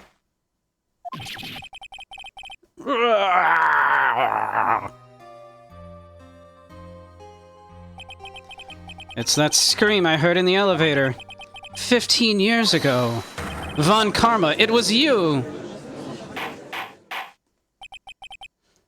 Mr. Von Karma? Edgeworth! Only you would dare defy me! So it was you. You and your father are my curse. Your father shamed me with a penalty on my record. And you left a scar on my shoulder that would never fade. I'll bury you. I'll bury you with my bare hands. Death! Death! 15 years earlier. Chief Prosecutor, I am sorry. And Karma, it's not like you to make this kind of error. Never would have thought that Edgeworth would be the one to catch you. I was careless. I'm sorry, but you will have to be penalized. I've covered for you in the past, but not this time. Edgeworth? It was a shock like none I had ever known. Me, penalized. It took hours for me to regain my composure. Suddenly I found myself in the darkness. I was in the court records room. I must have wandered in there without thinking where I was going. The room was pitch black. The lights must have gone out. Went out into the hall and felt my way to the elevator. I pressed the button, but nothing happened. Then there was a noise. I was in pain, a horrible burning pain in my shoulder. Just then the lights came back on. The elevator door opened before my eyes. I saw 3 people inside, all lying unconscious from oxygen deprivation. Much to my surprise, a pistol lay at my feet. I knew then it was destiny.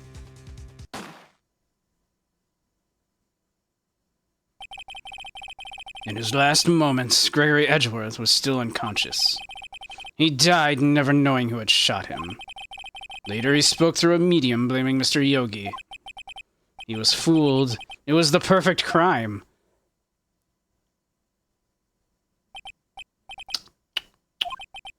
Who would have thought another man would have come to open that elevator door? Judge? What? What are you doing? Do your job. Bring an end to this miserable charade. Now, end it. Very well.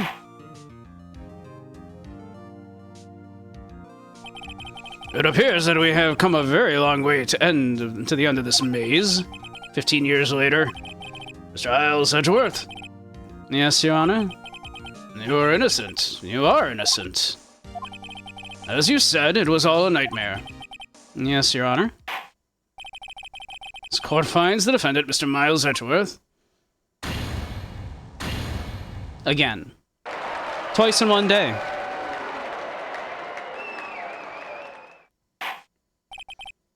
That is all. The court is adjourned.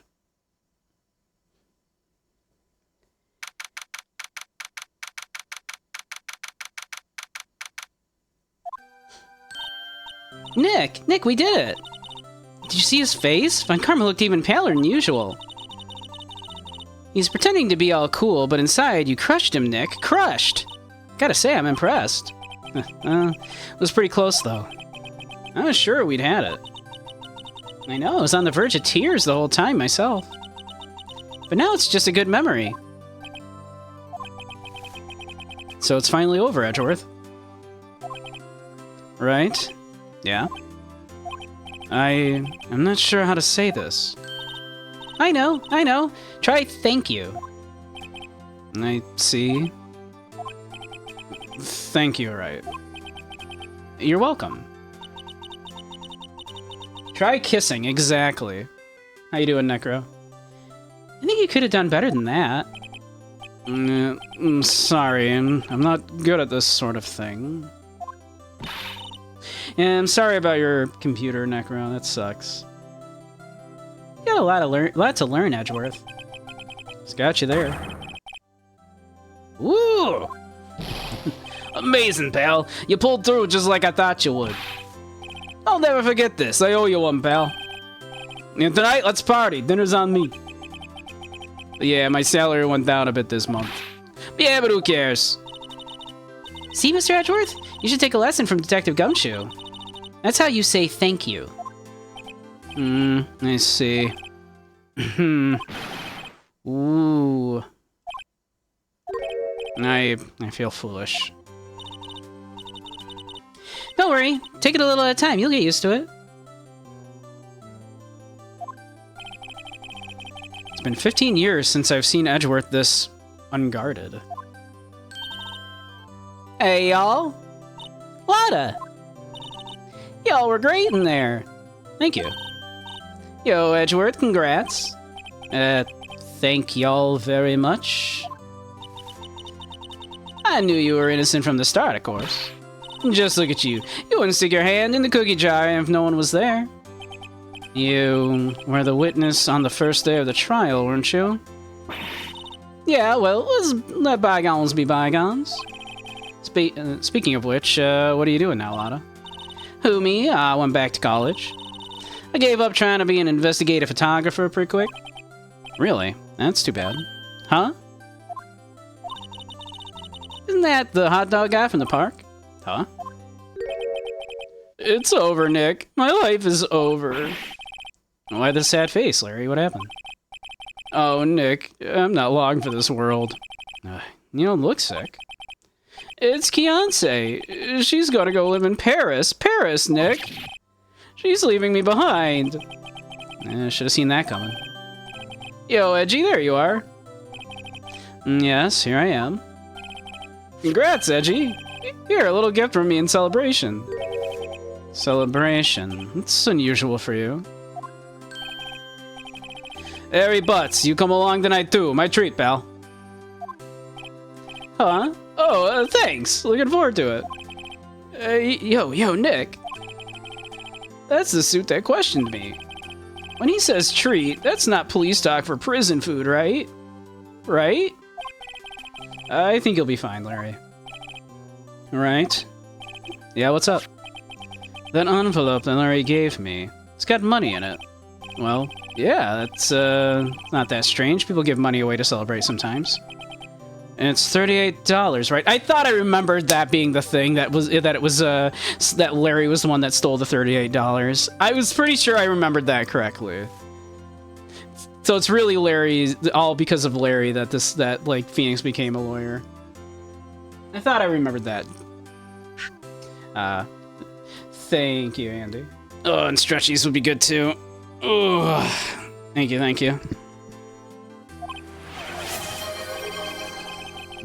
Huh? What a weird amount. I mean, it's not a little, but it's not a lot either. You can't trust a ladder. It will always let you down. They're also always up to something.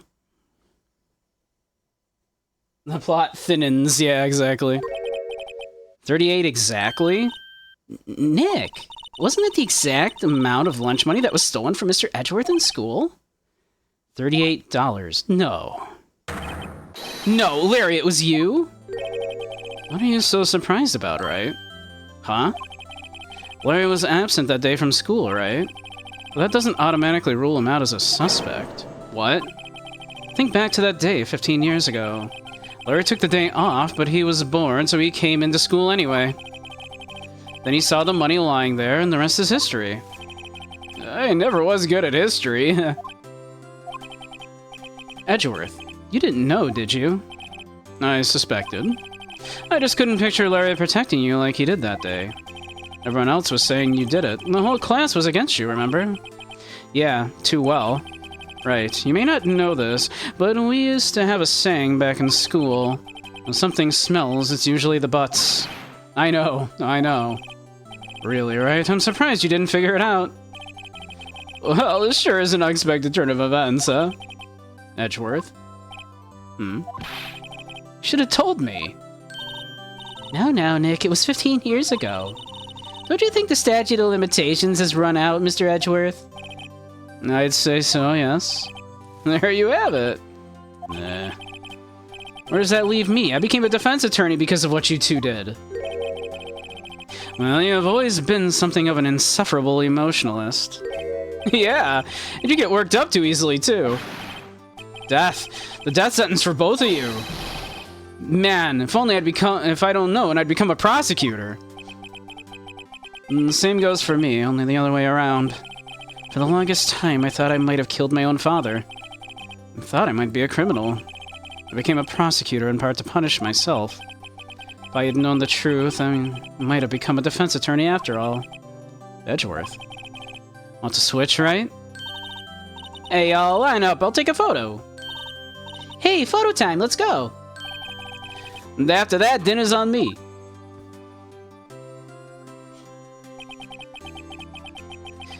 Stepladder. Necro, let's not bring cultural norms into this. Like, cultural...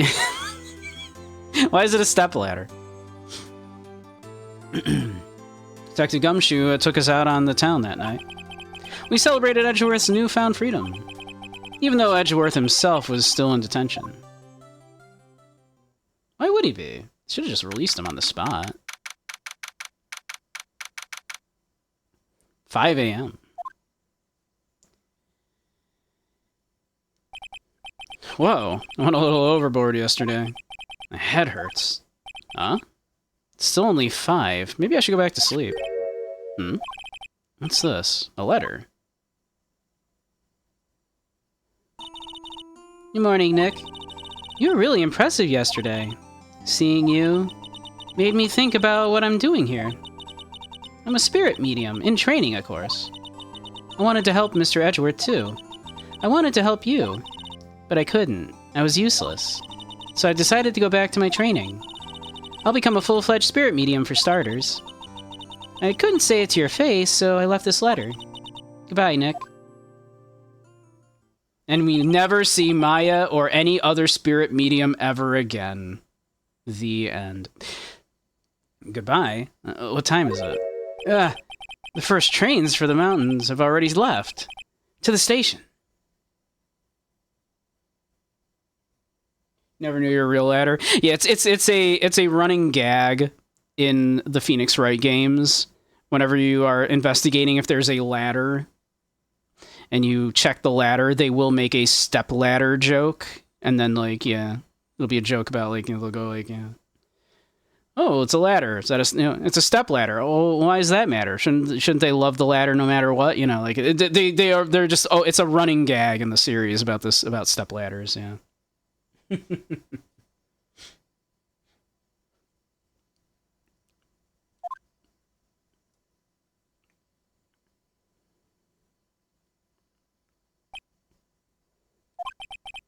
Guess I'm too late. Hey! Nick! Maya! So, you're leaving? Yeah. It's hard being a spirit medium who can't talk to spirits. And I think you'll do fine without me, Nick. Be good, okay? Like, Maya has helped, like, so fucking much. Oh, wait. What? I never could have saved Edgeworth without your help. Huh? On the last day of the trial, I heard her. I heard Mia's voice. You heard my sister? Yeah, only her voice, but still. It was at the very end when I thought we'd lost everything. Well, that's my sister for you. Detective Gumshoe helped, and Mr. Grossberg, and even Larry. I'm the only one who couldn't help. I was useless, Nick. But you were the one who stopped Von Karma, Maya. Huh? I didn't do anything. All I did was wander around in a daze. Sorry, but I have evidence that you helped. Evidence?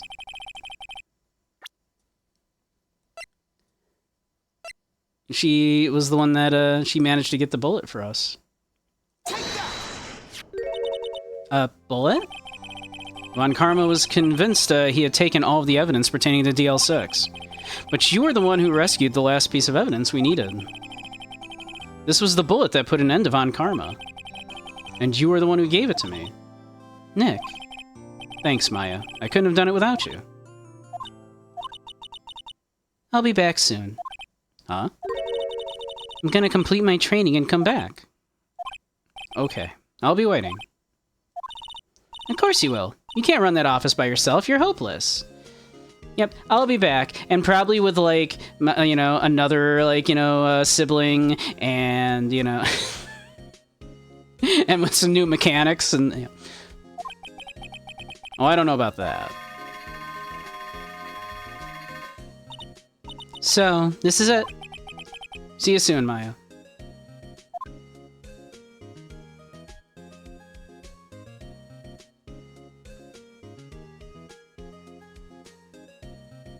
You're a faux pas.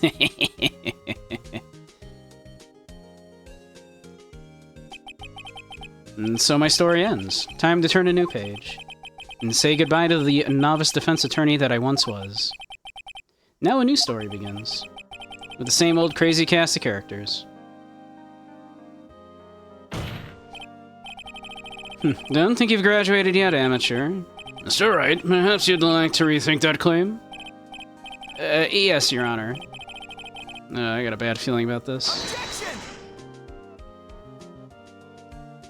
Now, if you didn't know, this was in the first, like, Game Boy Advance release. This was the last case of the first game. They then added a fifth case in the DS version, which is, they do have, of course, on here, but we won't be doing that right now.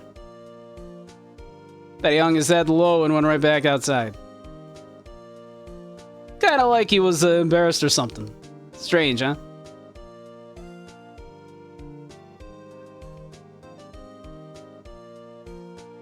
So, we'll eventually do that, one of these days. Nick? Nah, I haven't seen him lately. Who, me? I've been working at a cheese shop. That Missy's a nice lady, but she's not exactly what you'd call a cheap date. Huh? Oh, she's in Hawaii right now, yeah.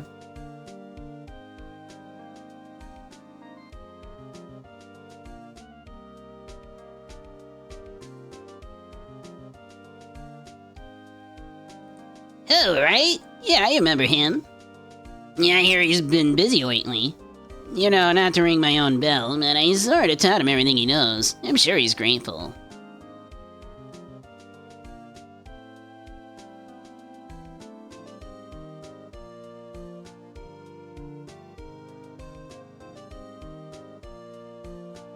Phoenix Wright? Ah, the defense attorney for whom I wrote that affidavit for, yes. Oh, you should know. I've taken over management of the Gatewater Hotel here. Or should you stop by the area? Be in the area, please stop by.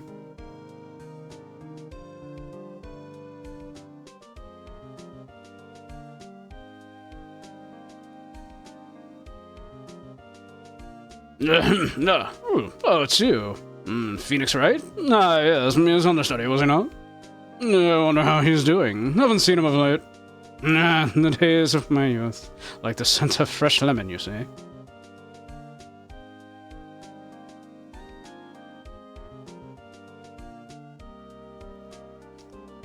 A bunch of these characters I haven't voiced in well over a year. It's like, fuck, what did I make them sound like?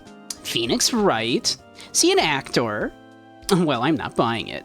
You can't be a star with a name like Phoenix. Did you know that they're putting out a DVD with them that's buying something now that DVD for the sound everything these days are supposed to be? Damn it. Man, that was fast even for old bag. Jesus.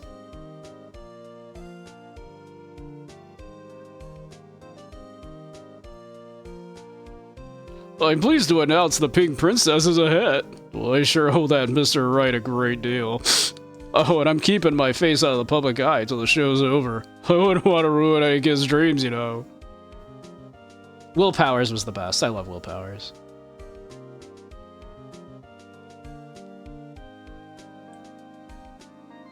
That case gets some shit, from the fans, but I like that case. Oh, I got a letter from Maya the other day. Sounds like she caught a cold standing under a waterfall. I wanted to visit, but I didn't have time, so I sent her some Pink Princess trading cards. She said she can't buy them where she is. What kind of place is she living at, anyway?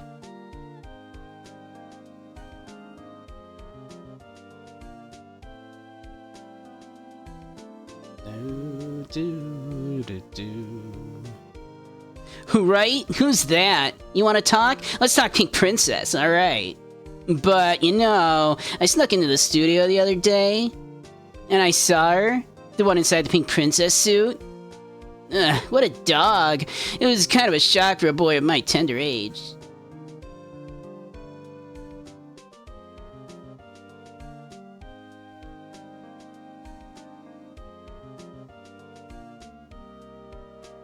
Yeah, I remember, right? That lawyer guy? Me? I've been training to become a paranormal photographer. You know that picture I took of everyone? Well, just behind them, there's a ghost. For real. Now that's talent. I'm gonna be famous.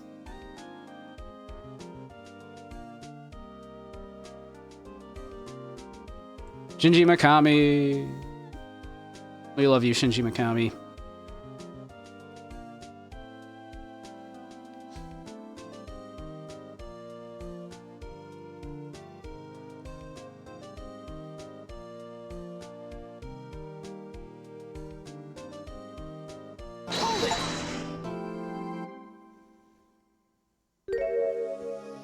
There we are. So we're not gonna start that now, of course, but we'll eventually take a look at the fifth case, which was the bonus case for the DS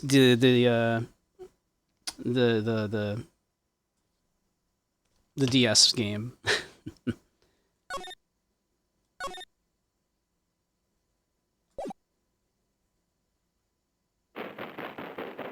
No, not right now.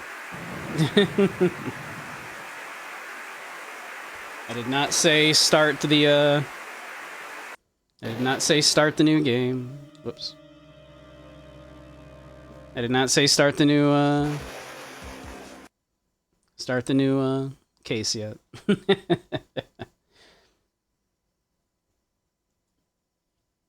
Yeah. Nice, nice, nice. Glad we got to wrap that up today. Ugh. So tomorrow we can start Shadowrun. I think that's the plan. We'll start Shadowrun Returns. But yeah. Love me some Phoenix Wright. Love these games. I missed doing the voices. Doing those voices is fun. Kind of wrecks my voice a little bit, but... So if I'm a little hoarse tomorrow, you'll know why.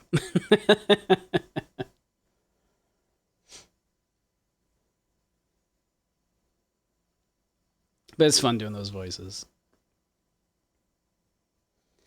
Man, we've only got about 15... We have about 15 minutes till I would usually end stream. We could, I suppose, just call it here. A couple minutes early. I hate to do that.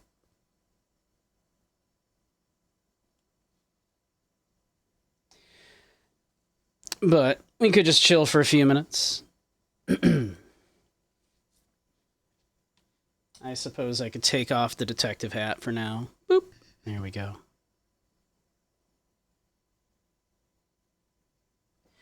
But what about the parrot? Whatever did happen to Polly? You think Polly has a good home now?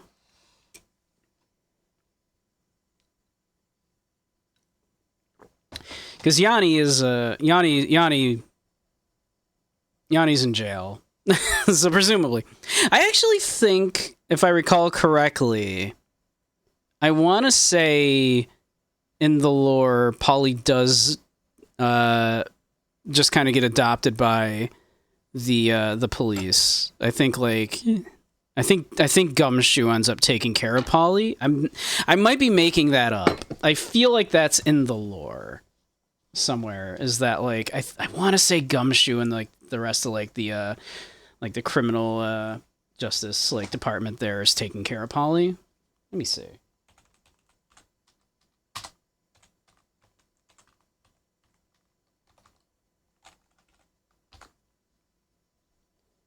This is very important.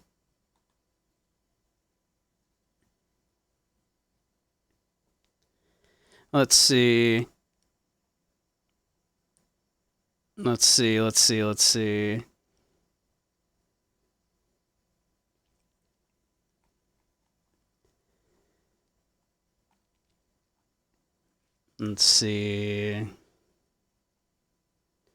Parrot who lived in the caretaker shack at Gord Lake alongside her owner. She was called as a witness by Phoenix Wright during the Robert Hammond murder trial. Polly was named after Polly Jenkins, the fiancée of Yanni Yogi, after Yogi's trial for the DL6 incident, in which the defense won by claiming that he had suffered from temporary insanity, blah, blah, blah, blah, blah. Murder of Robert Hammond. Yogi was eventually captured, but he claimed that he had only gone to get some food for Polly. According to him, she is quite a gourmand. It's from France. Testified.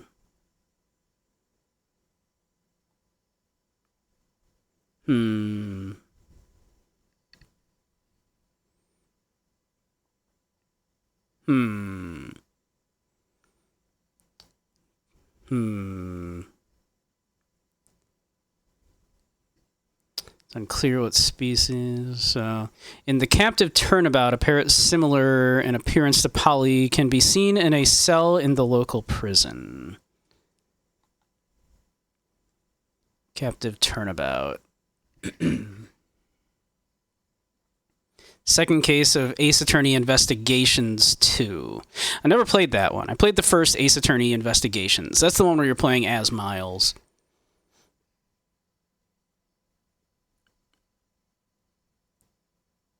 We weren't supposed to make Katsu with Polly.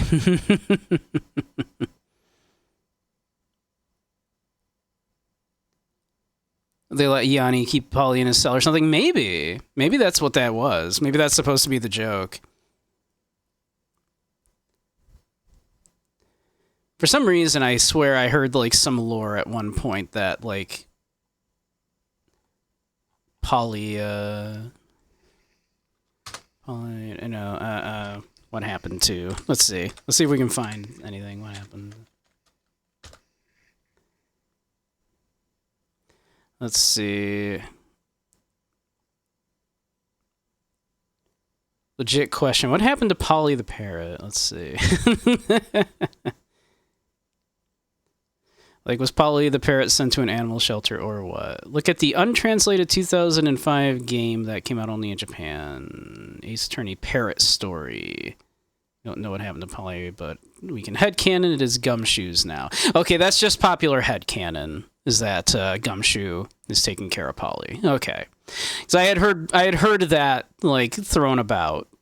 But I guess that's just headcanon. That's not, like, official. So I guess we don't have an official kind of word of God on what happened to Polly. Hey, Pika, how you doing? We just finished playing case number 4 of the first Phoenix Wright game because Christmas. So that was the Christmas case.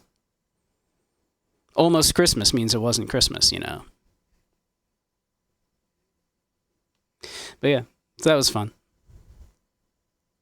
The Steel Samurai. Steel Samurai was the third case, which I do like a lot. I do like the third case. Third case is kind of, a lot of people, you know, kind of poo-poo the third case a bit. I kind of liked it. Salmonella Mox. Sal is an obnoxious character, to be fair, but I think Will Powers makes up for it, because Will Powers is cool.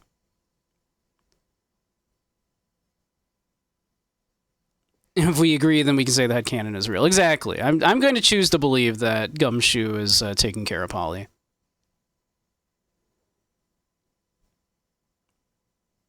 Just like we do with GIF and refusing to acknowledge that the creator admitted it's pronounced GIF. I do not care. You know what? Like, it does not matter to me that the creator claims that is pronounced GIF. Like, do you also pronounce it Giraffics? The graphics in this game look great. So I'm sorry, it's not graphics interface file. It's graphics, right? Right? Like, I'm sorry, we don't pronounce that word graphics. It's GIF. I don't care. I refuse.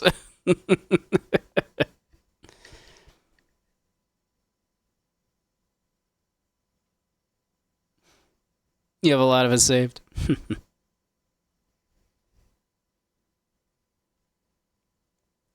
But yeah. Cool. Yeah. I had a good time playing that. I really enjoy doing the voices. Even if they're like a little rough on me. But yeah. We'll probably start Shadowrun tomorrow then. That's what I'm thinking. We'll do some Shadowrun. We'll go back and forth. We'll continue, doing Yakuza 5 and doing an assortment of other things. I got a number of things recently that I want to look at. Had some gifts sent, of course. Giraffe, yeah. Everyone's favorite animal, the giraffe.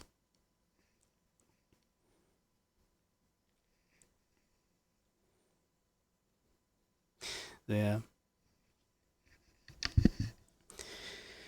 Oh. Oof. Stretchies. So yeah, I think that's the plan going forward for the foreseeable future. At least,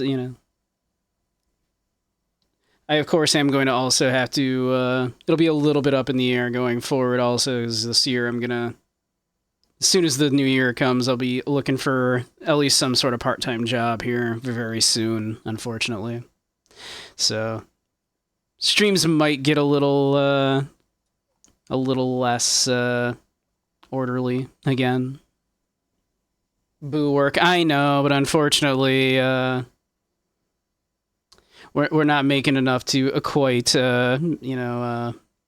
make the ends meet doing just this. So my goal is, of course, to do another job just enough to help like make ends meet. Obviously, I would love to continue just full-time Bunny on the internet and just making stuff for people to enjoy, because it's been great. But yeah, unfortunately, the ends are not meeting, and the savings account is drying up quick. So much as that sucks, we will have to pick up something. So streams might come the new year end up being a little less scheduled. The schedule might be a little more up in the air, depending on what we get.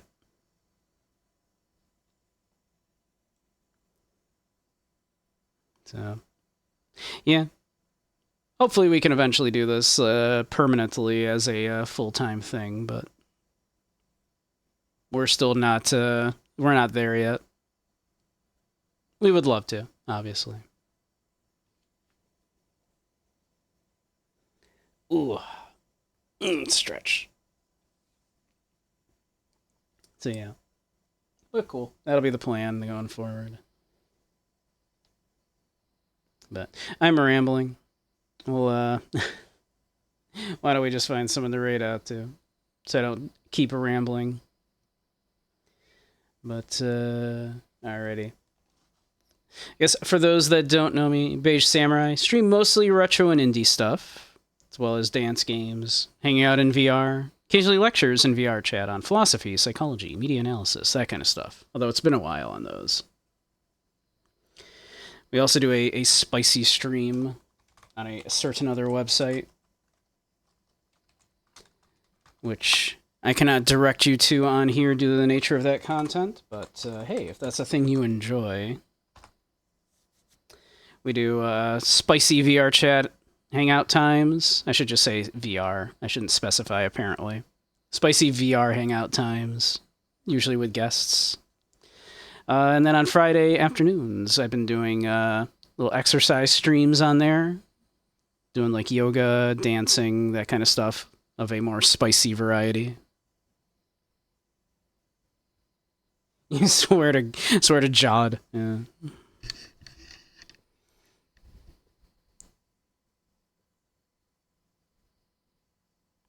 Do I like Ralph Waldo Emerson?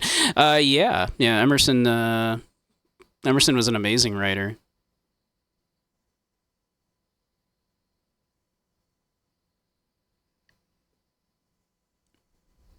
Yeah, amazing writer. Amazing writer, yeah.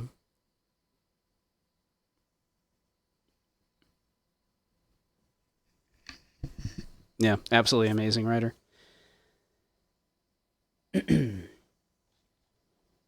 But, yeah. Alright, why don't we find someone to raid out to, though?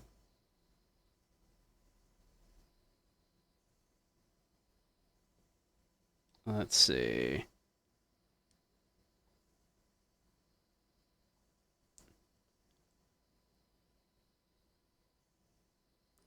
Let's see. Who's streaming? Zyre's probably not live just yet, but I don't want to gab your ears off for another few minutes. Yeah, why don't we raid Lexi? We haven't raided Lexi in a minute.